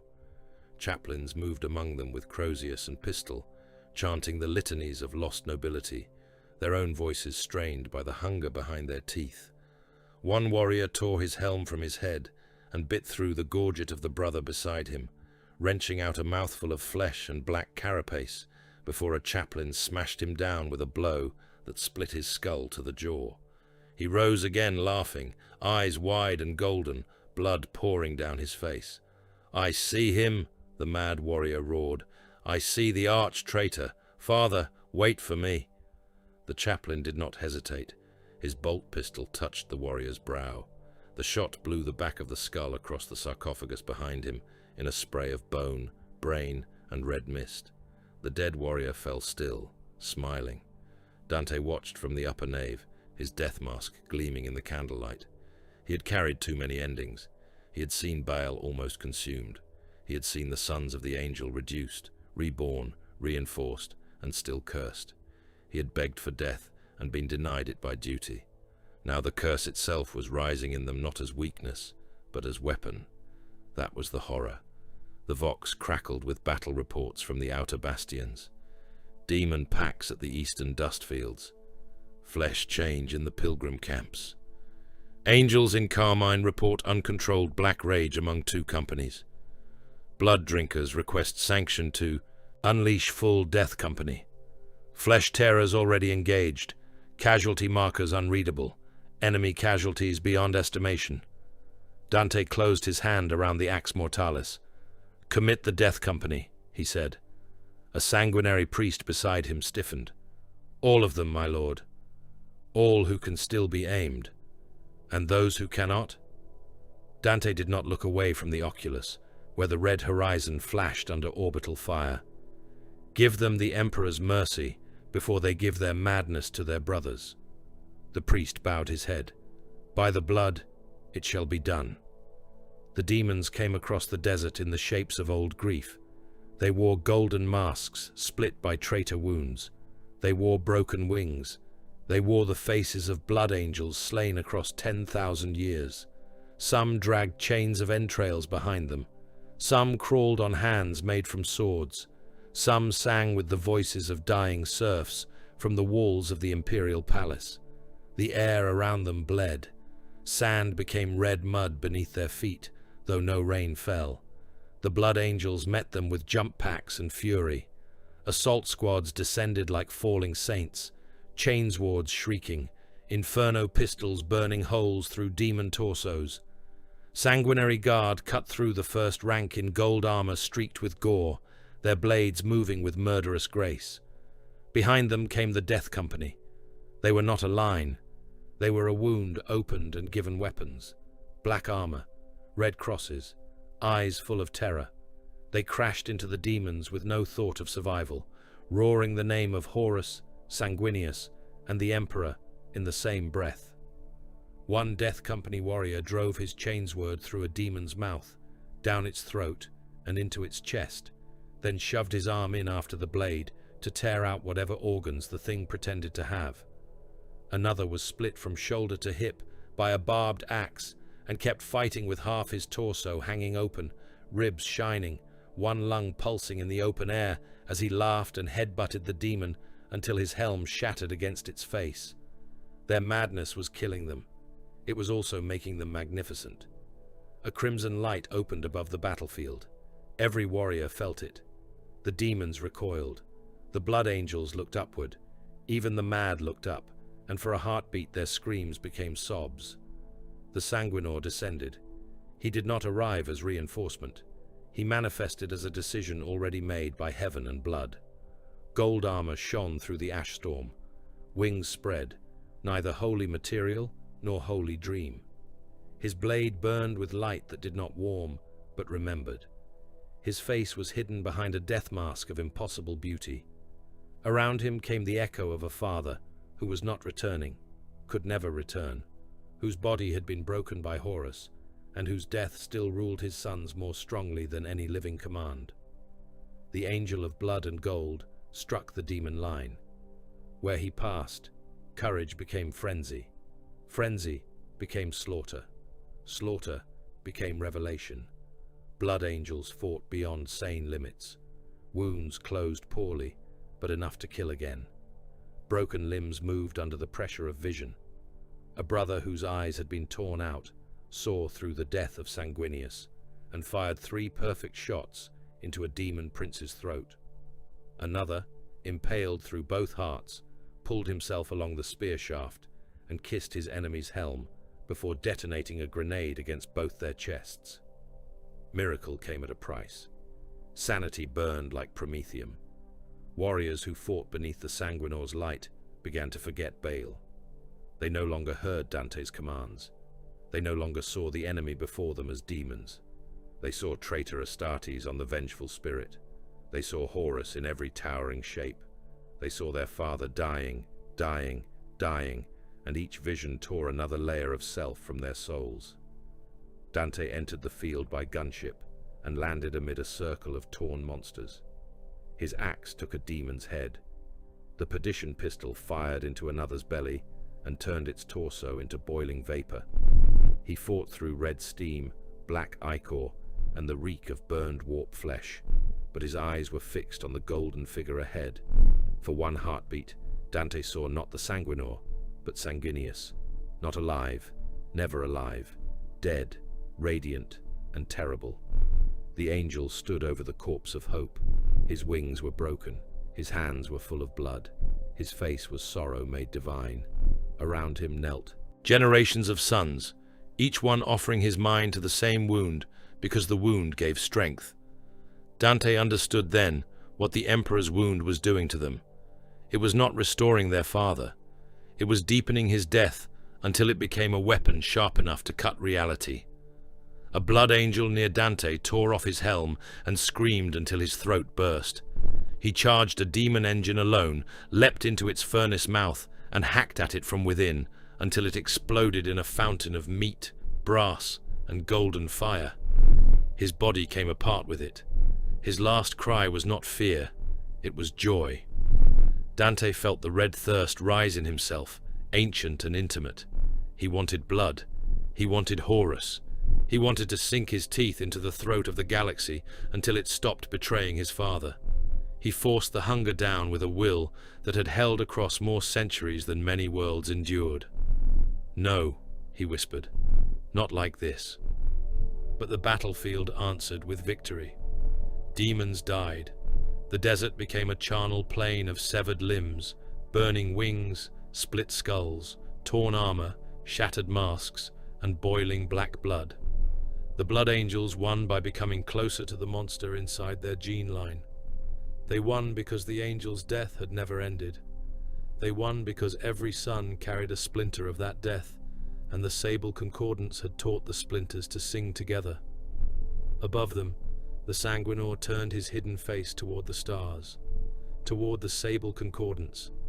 Far across the void, Medusa answered with iron. The home world of the Iron Hands did not weep for its dead. It crushed the weak, froze the foolish, and ground memory into doctrine. Its skies were iron grey. Its lands were black stone, toxic snow, and machine scars. Its clans had built fortress monasteries and manufactoria into a world that hated softness. Here, flesh was not trusted. Pain was instruction. Loss was data. The father of the legion had died headless on Istvan, and his sons had spent 10,000 years mistaking grief for logic. Now the grief walked. The Necrons had come beneath the Medusan ice fields, rising from tomb structures that predated mankind's first lies about permanence. Their phalanxes advanced through blizzards of metal dust and frozen ash, gas fire turning clan militia into skeletons that glowed and disintegrated. Grav tanks of the Iron Hands moved to meet them with cold precision, their hulls black and silver, their machine spirits snarling through Binharic war prayers. Dreadnoughts strode among them, ancient warriors entombed in iron, their voices dry with hatred. Clan Commander Varlock of Clan Raukan stood inside a command crawler whose interior was more shrine than vehicle. Servo arms adjusted ammunition feeds. Medici servitors removed his damaged organic lung without anesthetic while he reviewed battle projections through 3 augmetic eyes. He had replaced most of his face with metal. The remaining flesh along his jaw twitched as gas interference crawled through his implants. "Enemy line will break at the 4th ridge," a tech marine said. "No," Varlock replied. "They will allow us to believe that. Then they will reanimate behind the armor columns and strike the engines. Probability.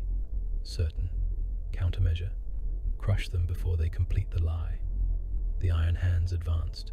No war cries, no banners waving in useless theater. Grav tanks slid over broken ice and pulverized corpses beneath their fields. Repulsor cannons hammered Necron ranks into scrap. Heavy plasma incinerators turned skeletal bodies white-hot. Dreadnought fists smashed living metal into the ground and kept smashing until resurrection nodes were paced. When clan militia broke under Gauss fire, Iron Hands officers did not comfort them. They redirected fire lanes through the fleeing men and killed enemy and coward alike. Then, the Emperor's wound reached Medusa. Every bionic in the war zone screamed. Machine spirits howled through Vox channels. Augmetic eyes went blind and saw Istvan instead. Metal hands clenched without command. Dreadnought sarcophagi flooded with old rage. Across the battlefield, Iron Hands warriors heard the sound of a blade falling on a father's neck. Varlock staggered. For a moment, he had a human hand again. Then it was gone, replaced by iron, silver, and shame. The blizzard ahead darkened. A shape moved inside it, headless, huge, not a resurrected father. Not Ferrus Manus returned to embrace sons who had spent millennia carving themselves into weapons. Ferrus was dead. His head had been taken. His blood had fallen on Istvan. That truth did not break. It sharpened. The headless Gorgon manifested in storm and iron memory, a torso like a mountain of black armor, arms of living metal, hands that could crush tanks into bricks, no face, no eyes, no mouth, yet all who saw it knew they were being judged by the place where the head was not. The Necrons fired. Gauss beams passed through the apparition and stripped the mountainside behind it to glass. The Gorgon raised one iron hand. Across the Iron Hands line, every targeting system corrected, every weapon spirit aligned, every warrior knew where to aim without receiving orders. The Necron reanimation lattice became visible not to sight, but to hatred. The weak point in every tomb construct sang like a flaw in steel. Then came the voice, not from air, not from Vox, from the iron in their bodies. Weakness is not flesh, weakness is failure.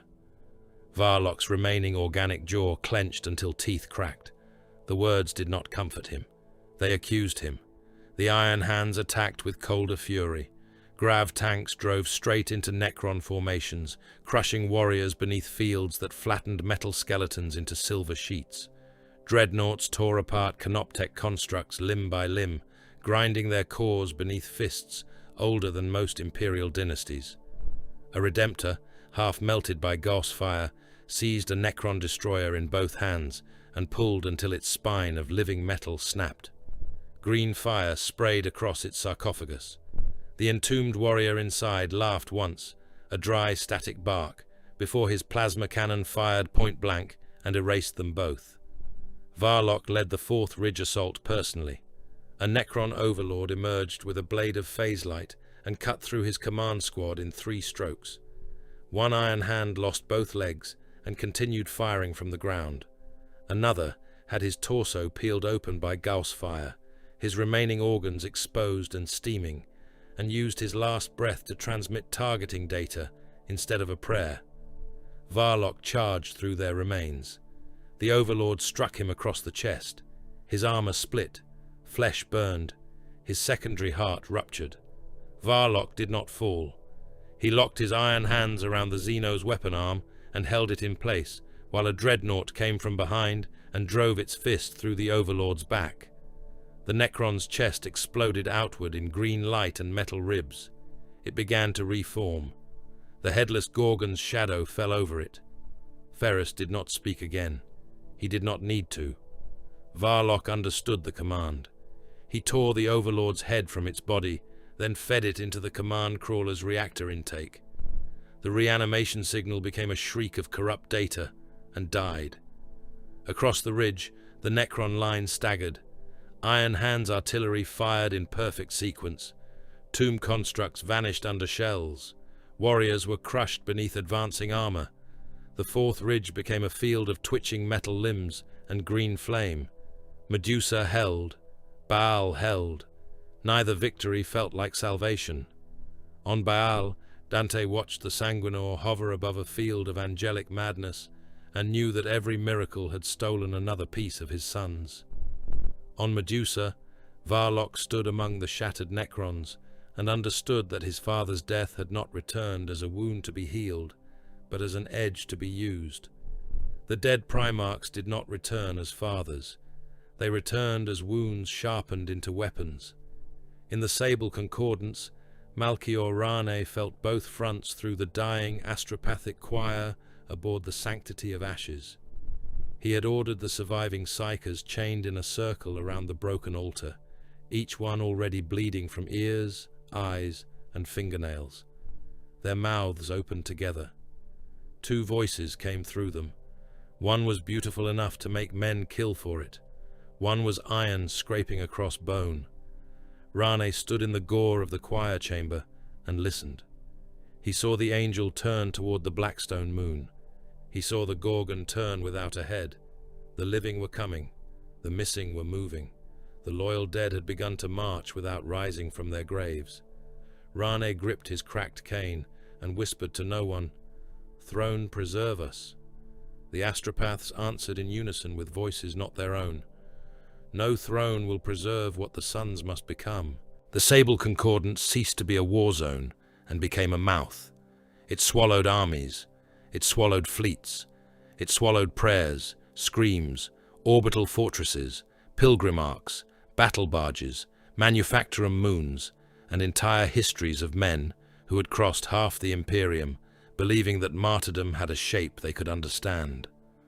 Around the Blackstone moon, the 11 shrine worlds burned like beads on a funeral rosary, held too close to a flame. Their chains of adamantine and pilgrim steel were broken in places, still holding in others, forming immense arcs of debris and transport causeways through which armies advanced, retreated, collided, and died without ever seeing the enemy that killed them. The void above them was no longer dark. It was crowded with death. Imperial battleships fired broadsides through clouds of wreckage dense enough to hide cities. Necron crescent craft slid between lance beams with the silence of tomb blades. Mechanicus macrocrawlers descended from orbit on roaring grav suspensors, each one a walking forge complex, bristling with plasma mortars and cathedral guns. Night households deployed by the thousand onto ash plains and shattered pilgrim roads. Titan legions walked beneath skies made of fire, their void shields flashing under Gauss storms and demon artillery. Orc freebooter fleets crashed through the outer debris rings because a fight this large was a hymn in the crude cathedral of their skulls.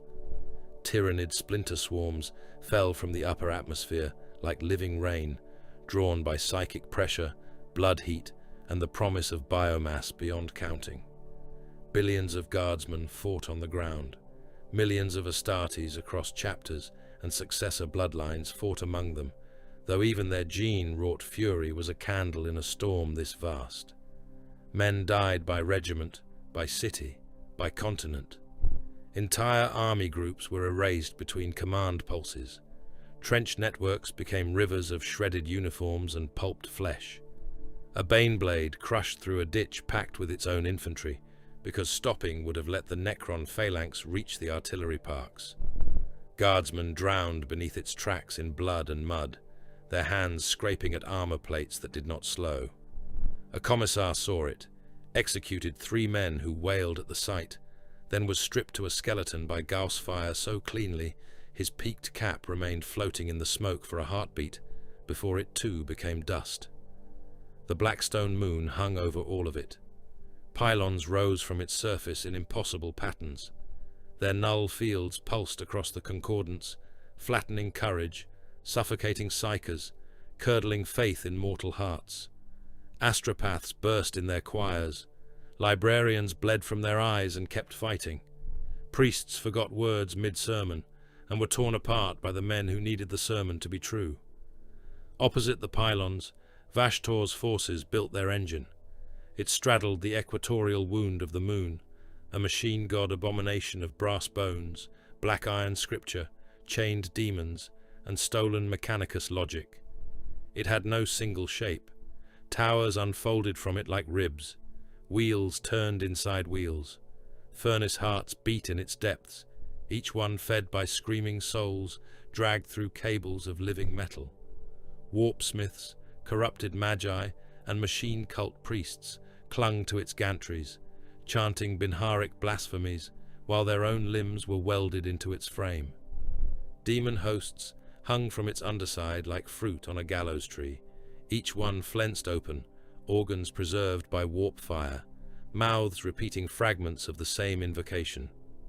Bind the suns, wake the suns, break the suns. The Necrons did not speak their purpose aloud. They did not need to. Their pylons answered every surge from the engine with a pulse of dead order.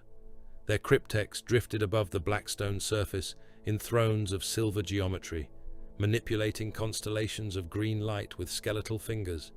They sought not worship, not corruption, not revelation. They sought suppression, absolute silence, a galaxy without souls, a grave wide enough to make gods irrelevant. Neither side understood that both were hammering the same iron. Pressure rose. The loyal Primarchs came. Robut Guilliman arrived first as command. His fleet broke translation above the 7th Shrine World and immediately began spending itself. The Macragge's honor took position at the center of a tactical storm that no mortal admiral could have survived for a minute. Guilliman stood. Within its strategium, the Emperor's sword burning in his fist, and the entire war moved through his mind as if the galaxy itself had become parchment under his hand. "Condemn the outer moon," he said. A naval lord turned white. "My lord, Battle Group Castor is still within its gravity well." "I know. There are 600,000 crewmen aboard those vessels. They will hold the Necron reserve for 9 minutes. 9 minutes, Lord?" Guilliman looked at him, and the Lord Commander's eyes were older than mercy. 9 minutes is the difference between encirclement and victory. Execute. The moon died, not with one blast, but with disciplined murder. Cyclonic charges, lance batteries, and mechanicus gravitic anchors tore it from within. Its crust ruptured, its oceans flashed to steam. Battle Group Castor fought until the moon's molten body swallowed them and their enemies together. Their death changed the angle of the Necron advance by a handful of degrees. That handful saved 3 Titan maniples, 20 fortress bastions, and a landing corridor for the Sons of Dawn. Guilliman saw the numbers. He mourned them. Then he spent the next fleet. "The 3rd Army Group will advance into the killing basin," he said. A general whispered, "That is open ground. It is bait." "For whom?" "For everyone." The order went out. Hundreds of millions of guardsmen marched into a valley already targeted by Necron death marks, Chaos siege guns, and Tyrannid synapse beasts. The valley became a grinder.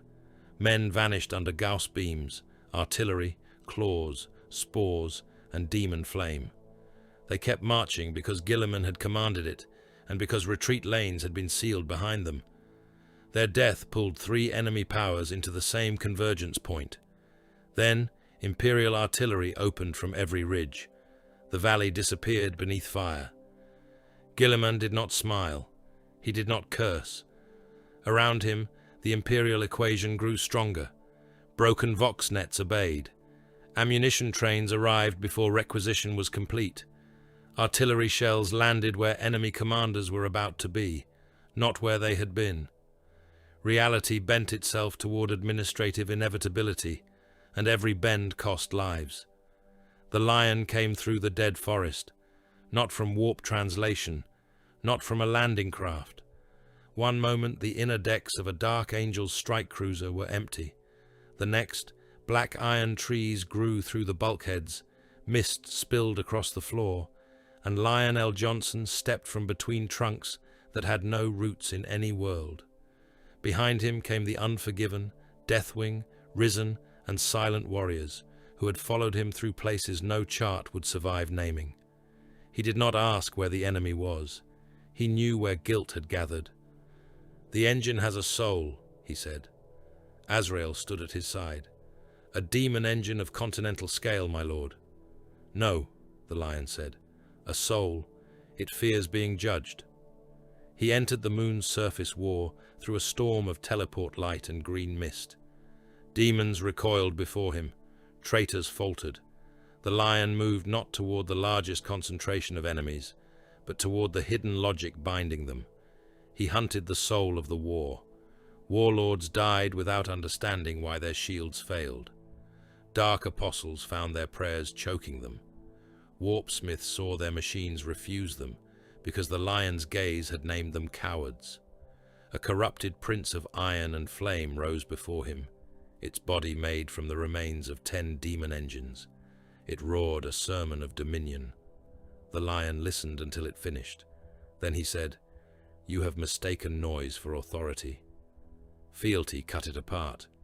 Korax entered without entry. In the chapel warrens built into Vashtor's engine, the word-bearers tried to pray the binding rite into completion. Their voices rose in scripture and hatred. Then sound died. The candles went black. One priest looked down and saw black feathers floating in his blood before he felt his throat open. Corvus Corax murdered their prayers. He did not fight a line. He erased devotion. He killed the chanters, the witnesses, the icons, the demons listening beneath the words. Possessed warriors were dragged into walls by raven shadows and returned as skins full of steam. A dark apostle tried to speak Lorgar's name. Korax pushed talons through his mouth, tore out tongue, jaw, and half the spine, and whispered into the ruin. "No, Master hears you now." Where he passed, ritual geometry failed, reliquaries cracked, chains broke, bound demons screamed not from pain alone, but from the sudden absence of worship. Russ came as weather and teeth. His fleet did not translate in formation. It appeared across the outer kill zone amid frozen lightning, dragging traitor hulks in its wake like trophies. Space wolves dropped pods, struck the second shrine world in a blizzard that should not have existed under a burning sky. Leman Russ descended into the champion circles of chaos and made a lesson of them. He did not fire from afar. He did not permit artillery to rob him of verdict. A Khorne lord the size of a siege tower challenged him beneath a banner made of flayed custodian skin. Russ walked through the butcher guard, taking wounds that smoked and closed in frost. He caught the champion's axe on his forearm, stepped in close, and forced the demon's swollen face to meet his eyes. "You wanted the old wolf," Russ said. "Here is the old wolf." He tore the champion's throat out with his teeth, then split the body from neck to groin.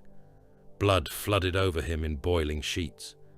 Russ lifted the corpse and hurled it into its own followers, breaking them beneath their master's weight. The space wolves howled and charged. The Khan broke movement itself. The blackstone geometry in the webway had told him there was no road. He made one.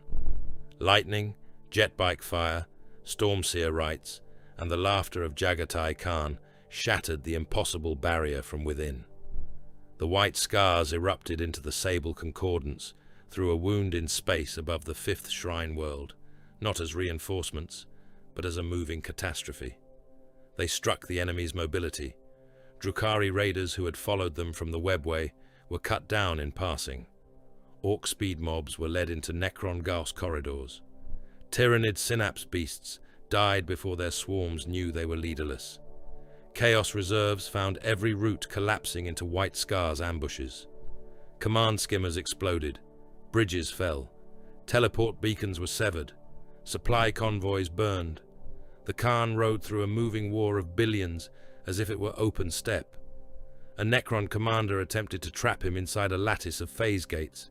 The Khan laughed, rode through the closing gap, cut the commander in half, and left before the upper body struck the ground.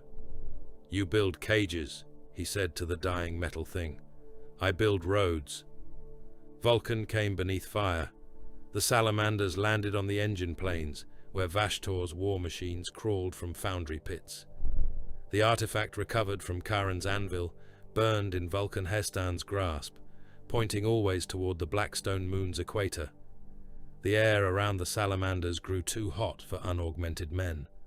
Orc freebooters charging them began to smoke before Promethium touched them. Demon engines howled as their furnace hearts overheated. Then the shadow of the perpetual drake passed over the field. It rose behind Hestan as a vast black and green silhouette, made of scales, molten eyes, hammer blows, and immortal pain. Vulcan was not there as a man, not yet, perhaps never, but his presence burned through his sons and through the relic like a forge opening beneath reality. The salamanders burned Vashtor's engines. They burned scrap titans. They burned demon crawlers. They burned infected pilgrim masses when spores and warp taint made them weapons in waiting. Their mercy was no gentler than their flame. A chaplain wept ash inside his helm while ordering a refugee column incinerated to prevent a plague demon from being born among them. Hestan placed one hand on his shoulder. "We carry them into the fire," the Forge Father said. "We do not pretend the fire is kind." Dawn held the center. No body walked there. No golden-armored Primarch strode beneath a banner. Yet every fortification on the central shrine world remembered him. Walls rose from ash. Trenches straightened. Bastions advanced. The Sons of Dawn formed the anvil upon which the entire battle turned. Imperial fists and Black Templars held the equatorial causeway against Necron legions, Chaos armor, and Tyrannid beasts that came over one another in waves. The Praetorian principle moved through them. A breach opened, and a wall grew there before the enemy reached it. A gun battery lost all crew, and its servitors continued firing with impossible accuracy. A Black Templar marshal impaled a demon prince on his sword and held it in place, while a bastion moved forward and crushed them both into red and black paste. The fortress did not merely resist, it refused the enemy permission to exist within its geometry. Ferrous crushed steel. The headless Gorgon manifested wherever Necron constructs gathered in mass. Iron Hand's armor spearheads drove into tomb phalanxes without war cries. Grav tanks flattened living metal beneath their fields. Dreadnoughts tore Canoptech engines apart in cold fury. Every machine weakness sang to them. Every failure became target data. The dead father's voice did not comfort. It commanded. Weakness is failure. Necron immortals fell beneath fists, tracks, plasma, and hatred so pure it had become doctrine. Ferrus did not forgive his sons for becoming iron. He used them. Sanguinius turned despair into glory.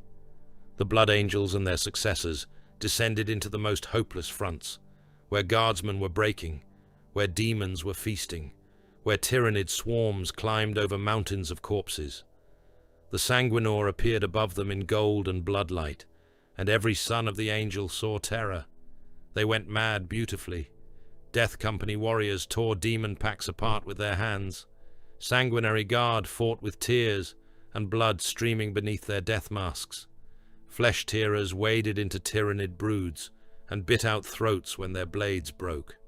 They saved entire fronts by losing themselves. Where the angel's wound shone, men charged into certain death singing. The Emperor's power erupted through all of them. It was not clean light. It was terrible light.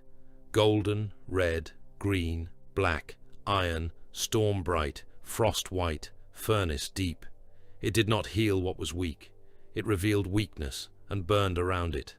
Cowards were crushed under fortifications.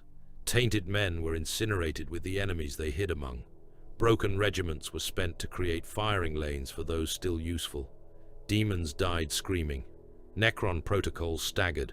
Orcs roared in delight until their lungs cooked. Tyrannids recoiled from psychic pressure older and harsher than hunger. Imperial troops began to kneel. At first it was one trench, then a brigade, then entire bastions. Men dropped their rifles, pressed blood-slick hands together and cried out to the Primarchs as gods. Priests seized the moment and raised their voices. Behold the sons divine, behold the Emperor's living pantheon, behold the new salvation of man. Guilliman heard the sermon through 600 Vox channels at once. His face hardened. Silence the preachers. A chapter master near him hesitated. My lord, they rally the men. They corrupt the meaning of obedience. Silence them. The order went out.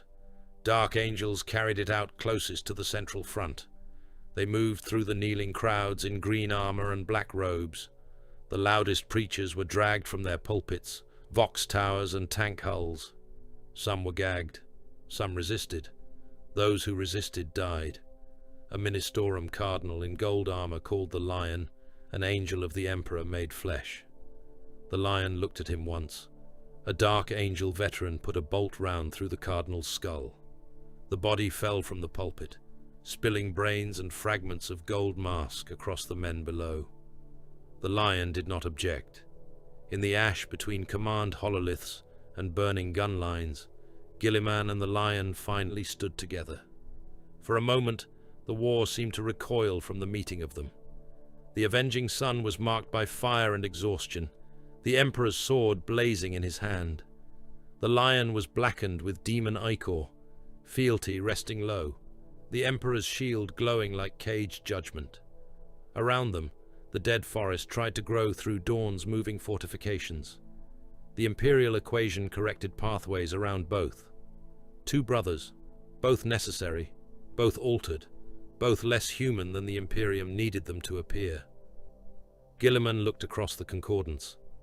We are becoming what Father made. The Lion's expression did not soften. No, he said, we are becoming what he feared. For once, Guilliman had no immediate answer. The Blackstone moon screamed.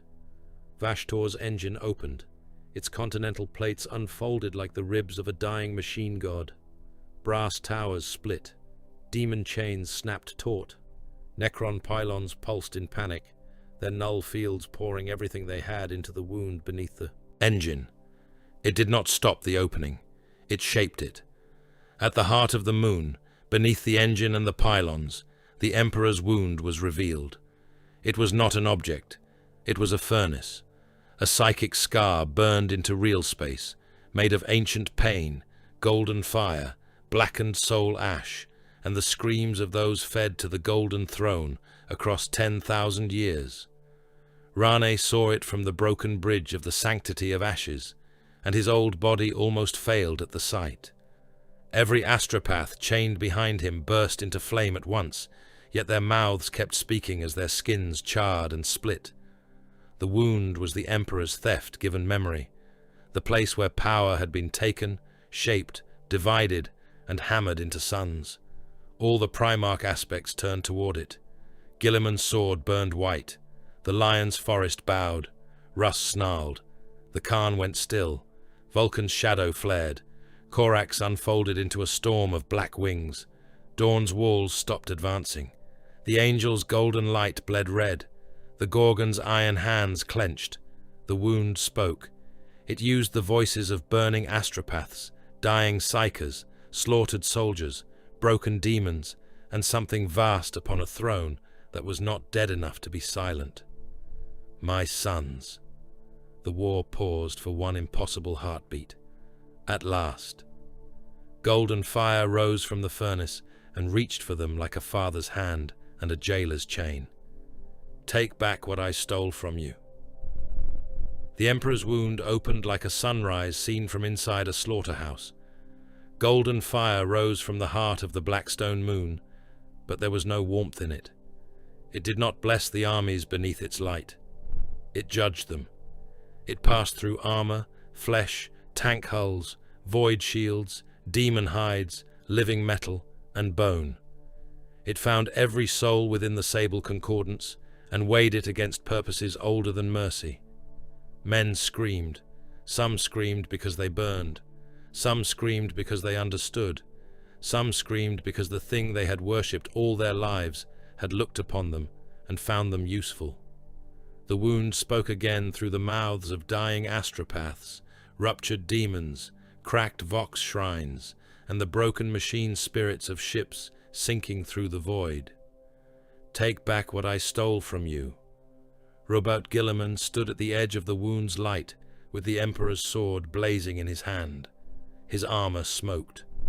The logic engines aboard the Macragge's Honor screamed in sympathetic overload through the command link, their calculations collapsing into prayer and then into ash. Around him, Ultramarines and Victrix Guard fought to remain standing. Several failed. They dropped to their knees, not from injury, but because their bodies had mistaken the pressure of their Primarchs' awakening for the return of the master of mankind himself. Guilliman looked into the wound and saw the truth of his own creation.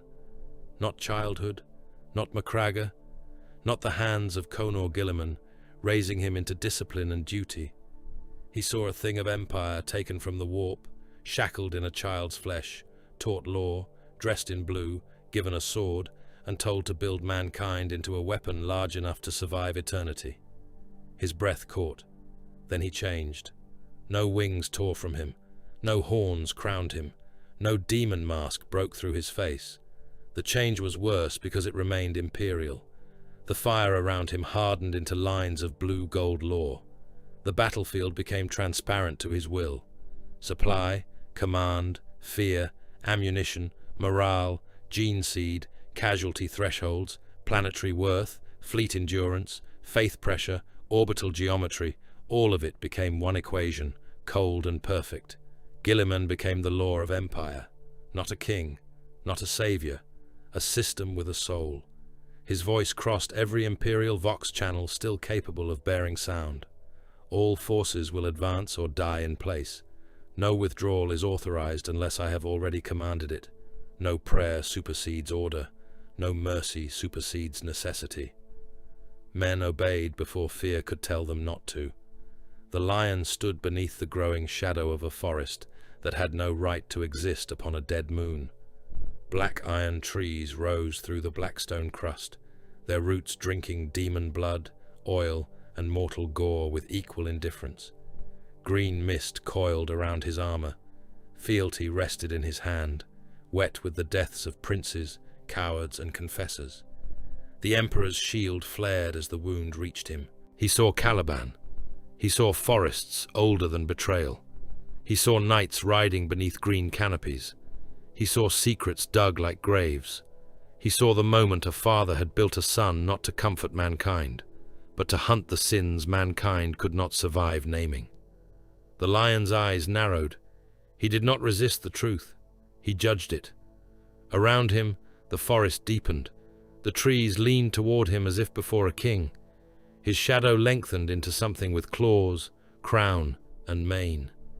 He became the hunter-king in the dead forest, the law that enters darkness and names what must die. A demon prince of Vashtor's court crawled toward him on limbs of brass and tendon, dragging a cathedral cannon behind it like a tail. "First son," it hissed, "kneel to the forge of becoming." The lion turned his head. The forest took the demon before the Primarch moved. Roots pierced its limbs, throat, eyes, and furnace heart. Branches opened its ribcage and held it wide.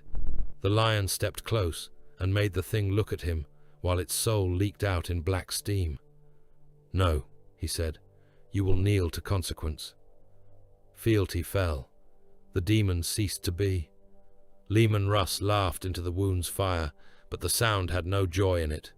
The golden light struck him and became winter. Snow howled across the Blackstone moon. Blood froze in mid-spray. Demon wings stiffened and shattered. Thousand Suns sorcery, lingering like poison on the edge of the conflict, died in crackling blue ice. Russ saw what had been taken from him.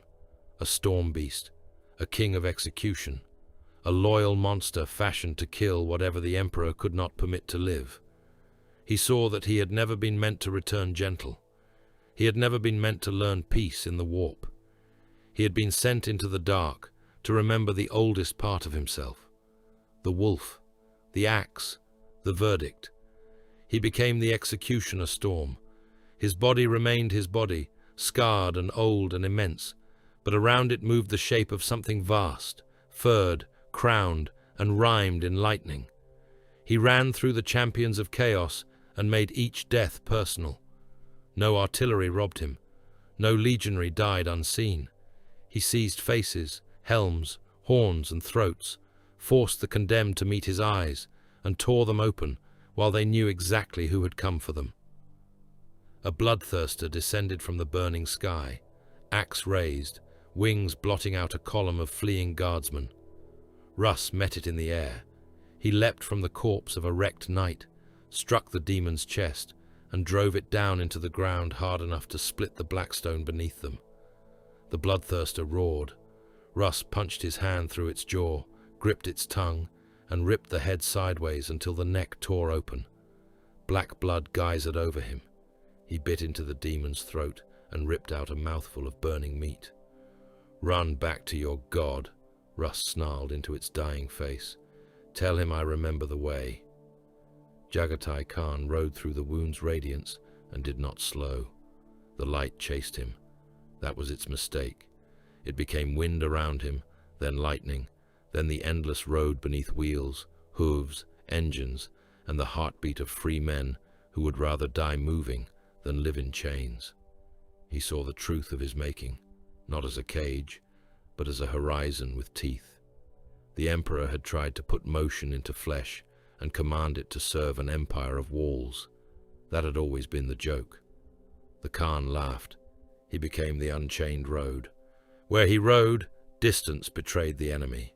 Necron formations found their flanks exposed to riders who had been leagues away a breath before. Orc speed mobs followed him roaring, only to discover they had been led into demon artillery. Tyrannid swarms turned to pursue and collided with retreating cult armies. Every trap became a road. Every road became a blade. Every blade found a throat. A Drukhari raider lord, who had survived the webway's collapse by crawling after the white scars, tried to flee through a splinter portal. The Khan passed him, cut off both legs, and caught his falling body by the hair. "I told you," the Khan said, almost gently. "You never knew the horizon." Then he threw him beneath the wheels of the White Scar's charge. Vulcan's presence rose from the burning theaters like a mountain choosing to stand. The wound's golden fire met forge fire and became green-black radiance. Vulcan, Hastan fell to one knee as the artifact in his hand erupted, not in light, but in heat so intense that the stone around him liquefied. Salamanders and their successors raised shields. Men behind them simply vanished, reduced to black shadows and bubbling armor where they stood. The perpetual drake unfolded. It was not Vulcan restored in flesh, not a father walking home to embrace his sons. It was endurance after death, mercy after it had learned the necessity of burning, the hammer blow that saves a village by annihilating the plague in the next valley. Scales of shadow and emerald flame rose above the field. Furnace eyes opened. A hammer shape descended through smoke. Vulcan became the eternal forged drake. His sons fought inside his heat and wept without shame. They burned engines. They burned spores. They burned cultists, demons, orcs, and infected loyalists whose bodies had already become doors for worse things. Prometheum turned entire valleys into screaming light. Orc freebooters charged into it laughing, their muscles splitting, their eyes bursting, their bodies cooking in their own grease. Salamanders walked through them with flamers raised, speaking prayers for the men they had to kill and curses for the monsters that made it necessary. Vulcan's shadow caught a crawling forge engine in both hands and pressed. Its armor crumpled inward. The crew compartment burst open, vomiting metal, blood, teeth, and molten brass. The engine's bound demon tried to flee as a coil of smoke. The drake breathed once. The smoke became ash. Rogel Dawn did not appear. That made him more terrible. The wound struck the central shrine world, and the walls answered. Every fortification in the Sable Concordance remembered the Praetorian. Ruined bastions rose, trenches straightened, hab blocks became firing platforms, cathedral walls marched forward with bells tolling inside them. The sons of dawn felt a hand upon their shoulders and stood against forces that should have erased them. Dawn became the wall that advances, not stone alone, not memory alone, a principle, a refusal. The Emperor's denial of defeat, given shape through architecture, discipline, and the pitiless mathematics of siege. The wall did not ask who lay before it. It moved. Necron warriors, cult mobs, demons, wounded guardsmen, broken tanks, screaming refugees too slow to clear the killing lanes, all became pulp beneath the pressure of survival. A Black Templar marshal saw the crushing line take loyal men along with enemies and lowered his head. The stone beneath him spoke. Hold does not mean spare. He charged after that, sword raised, because understanding was a luxury and obedience was enough. Corax became absence with intent. The wound's light sought to reveal him and found only the places where tyranny went to die. Black feathers filled the air around Vashtor's engine.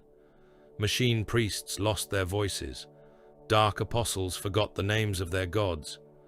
Demons turned to pray and found their prayers dead in their mouths. Corax became the shadow that frees by killing. He moved through the engine's inner sanctum, tearing out the ritual core by murdering every witness, every chanter, every bound soul anchoring the rite. His talons opened, possessed Astartes, and dragged the demons out by their spines. Their organs steamed in the low gravity, floating in wet red loops before raven shadows pulled them into the walls. A warpsmith begged not for mercy, but for completion, insisting the engine would make the Emperor's sons perfect. Corax leaned close. Chains often call themselves purpose. Then he tore the warpsmith into pieces so small, the machine spirit could not decide where the corpse ended. Sanguinius did not return. He remained dead. That truth shone brighter than every false miracle. But the angel's death opened over the concordance as a wound of gold and blood. The sanguinor descended wherever despair reached its deepest point. Blood angels and their successors saw the vengeful spirit. They saw Horus. They saw their father die and turned that vision into murder. Sanguinius became martyrdom weaponized. The glory he gave was not clean. It ruined the minds it strengthened. Death Company warriors hurled themselves into Necron phalanxes, tearing living metal apart with gauntlets and teeth. Sanguinary guards struck like falling judgment, beautiful and doomed. Dante fought beneath the golden wound, each swing of his axe buying lives with the sanity of his sons. A demon titan reached for a collapsing imperial bastion. The sanguinor appeared before its face. The blood angels below screamed as one, and their scream became wings. They leapt, climbed, clawed, and carved their way up the titan's body, dying in hundreds, then thousands. They tore open armor plates, ripped out cables, smashed demon eyes, jammed blades into vents, and fed grenades into furnace wounds. The titan fell under the weight of their suicidal glory, crushing a city district beneath it. The survivors cried out in triumph. Many would never know who they were again. Ferrus Manus remained dead, headless, betrayed, slain upon Istvan. Nothing in the wound undid that truth. It sharpened it into iron. The headless Gorgon strode through Medusan war memory and across the concordance through the hands of his sons. Iron Hand's armor columns advanced beneath his shadow. Their guns fired without hesitation. Their mercy had been amputated long ago, and now the stump burned clean. Ferrus became the hatred of weakness made iron. His presence found flaws in everything. Necron resurrection lattices, demon engine joints, night reactor stress, human courage, space marine pride. Whatever could fail was marked. Whatever was marked was either reinforced or destroyed. A Necron tomb complex rose from beneath the Blackstone moon, its crown unfolding like a metal flower. The Gorgon's iron hands closed around it through the bodies of his sons, through grav tanks, dreadnought fists, macro cannon fire, and the cold obedience of clan commanders. The entire complex crumpled. Living metal screamed. Cryptex vanished beneath avalanches of their own architecture. The iron hands did not cheer. They recorded the destruction and advanced. All 9 converged upon the engine. Vashtor's binding machine recognized too late that it had not summoned prey. The Necron pylons recognized too late that they had not suppressed gods. They had placed pressure upon weapons built to survive pressure. The Primarch aspects struck as one. Guilliman gave the order that made the impossible sequence possible. Fleets fired into precise windows between armies still fighting below. Moons were detonated. Entire Imperial formations were sacrificed without warning to clear lines of force. Men looked up and saw their own salvation descending as death. The Lion opened the way through the engine's guarded soul. Russ killed the champions shielding it. The Khan severed its routes of retreat. Vulcan burned its furnace hearts. Dawn's advancing walls pinned its body in place. Corax murdered the prayers that held it together. Sanguinius drove the desperate into glorious assault. Ferrus crushed its iron skeleton. Guilliman raised the Emperor's sword. The blade answered with the cold blue-gold lore of empire and the terrible gold of the wound. For a heartbeat, every loyal son, living, missing, dead, manifest, remembered, and weaponized, stood in alignment. Then, the sable concordance became light. The blast annihilated Vashtor's engine. It shattered the Blackstone lattice. Pylons cracked from base to crown, bleeding green darkness before detonating into storms of dead glass. Necron legions vanished in sheets of burning null ash. Demon hosts were stripped to screams, then silence. Orc fleets caught in orbit became expanding clouds of scrap and cooked meat. Tyrannid swarms ignited from synapse node to feeder beast, each organism bursting as if its blood had been replaced by white fire. Imperial armies died with them. Entire guard crusades disappeared in the same divine eruption that saved the remaining fronts. Knights were erased mid-stride. Titans became molten silhouettes before falling into oceans of ash. Astartes vanished by company, by chapter, by oath. Their gene seed burned beyond recovery. Pilgrim hosts became shadows fused to stone. Serfs, priests, servitors, commanders, cowards, heroes, all were taken into the same terrible salvation. There was no clean victory. There never had been. When the fire faded, the sable concordance was a grave system visible from half a segmentum away. 11 shrine worlds hung cracked and burning around a broken moon. Their chains drifted in molten arcs. Their oceans boiled. Their continents glowed. The void was crowded with wreckage and the frozen bodies of men who had died believing the Emperor had noticed them.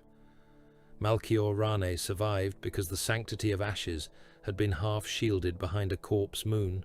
When the blast came, he wished, in the first moments after waking, that he had not. The bridge was a charnel chapel. Officers were fused to their stations. Servitors twitched in their sockets, their organic parts cooked, their machine limbs still typing nonsense into dead consoles. Confessor Halbrecht was gone from the waist down and still whispering prayers through a mouth full of blood. Savant Cord had burned into his data throne, his augmetics glowing red inside the shell of his body. Rane crawled to the recording lectern. His cane was gone. His left arm did not answer him. His augmetic eye saw only static and ghosts. He pulled himself through blood, glass, and pieces of men he had once commanded. Every breath felt like swallowing knives. He began to record. "The Primarchs are not ascending into demonhood," he rasped. "They are not falling. They are not returning to humanity. They are becoming what they were fashioned to be. Older than the Imperium, harsher than sainthood, imperial beyond mercy, weapons of human dominion given souls." The lectern sparked. He kept speaking. "The Imperium cannot command this. It can only survive near it. Perhaps not even that. A shadow fell over him. Rane looked up. Guilliman stood on the bridge of the Sanctity of Ashes, though no teleport flare had announced him. The Emperor's sword burned low in his hand. His armor was scorched and blood-marked. His face was calm, severe, and carved from exhaustion. Beside him stood the lion, silent in green and black, fealty sheathed, the Emperor's shield dark upon his arm. Behind him, for a moment, Rane saw trees where there were only ruptured bulkheads. Guilliman looked at the recording lectern. This record will be sealed. Rane coughed blood. No. The Lord Commander's expression did not change. You understand what has occurred. I understand enough. Then you understand why it cannot spread. Rane laughed, and the sound became a wet choke. The Inquisition buries truths to preserve lies. I have done it myself, not this. Mankind must know what protects it. Mankind survives by not knowing many things. You are becoming beyond command. Yes. The honesty struck harder than denial would have. Rane dragged himself higher against the lectern. Then that is the first truth worth preserving.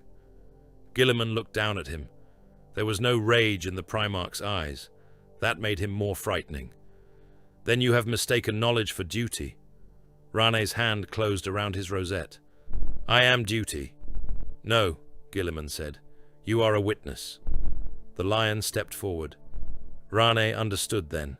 He had condemned worlds, burned cults, broken prisoners, ordered exterminations, sent loyal men to deaths without names. He had believed himself hard enough for any truth, but secrets too were fortifications. Some held back enemies, some held up the rotten architecture of empire. Remove them, and the walls came down. The lion drew fealty. Rane looked into his face and saw no hatred, no pleasure, no impatience, only judgment. Will there be a record? Rane asked. Guilliman answered, There will be a seal. Rane smiled with bloody teeth. That is not the same thing. No, the lion said. It is what remains. Fealty fell. Malchior Rane died cleanly, which was more mercy than he had given many.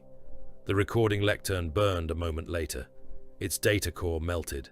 Its backups died across the ship under codes signed by the Lord Commander of the Imperium and confirmed by the silent authority of the First.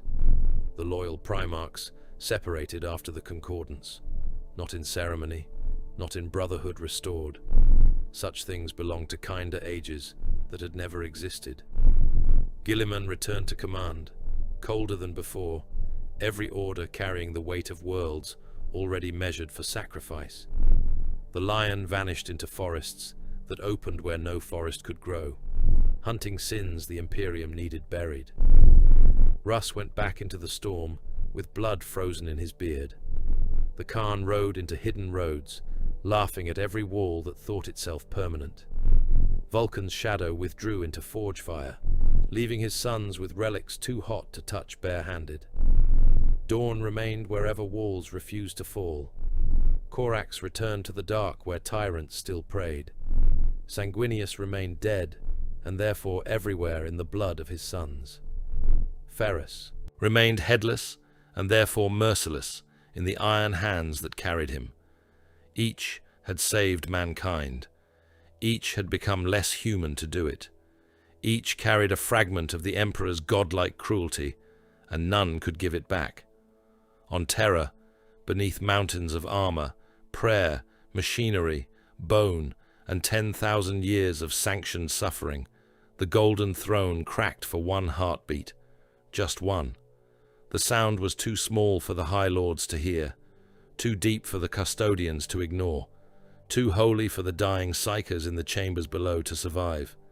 1,000 of them burned at once, their souls consumed in a single golden inhalation.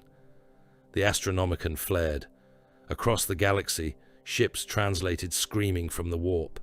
Saints wept blood from statues. Demons hid in the dark places between thoughts. Every loyal Primarch heard the command.